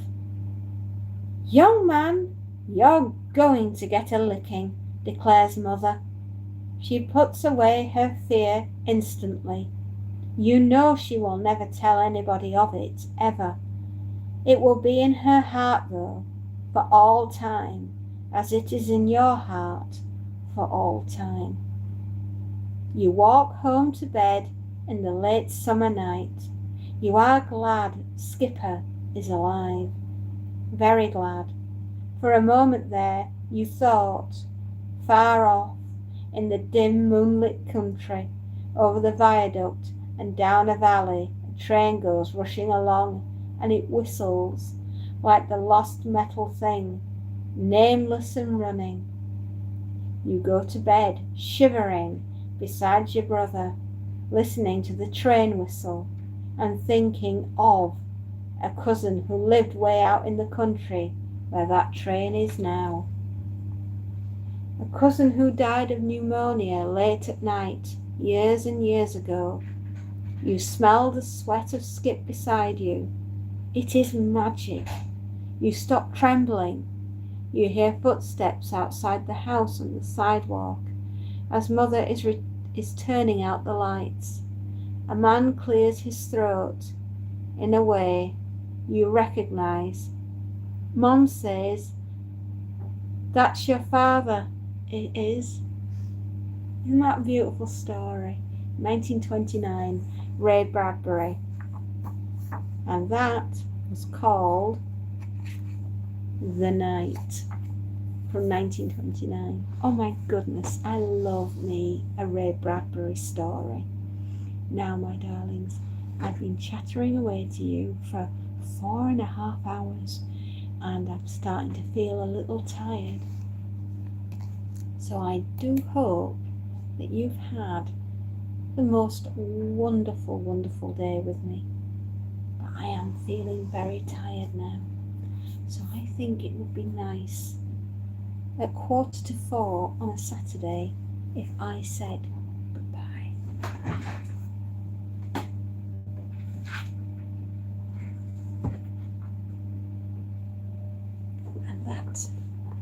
And that, my darlings, is exactly what I'm going to do. See you tomorrow.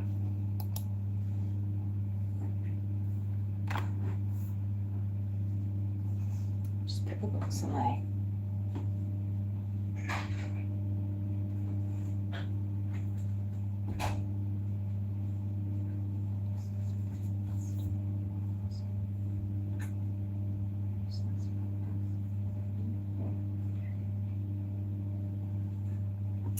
There, my darlings, I have put my books away. I am ready to go upstairs, and I will see you all later. Goodbye and good night.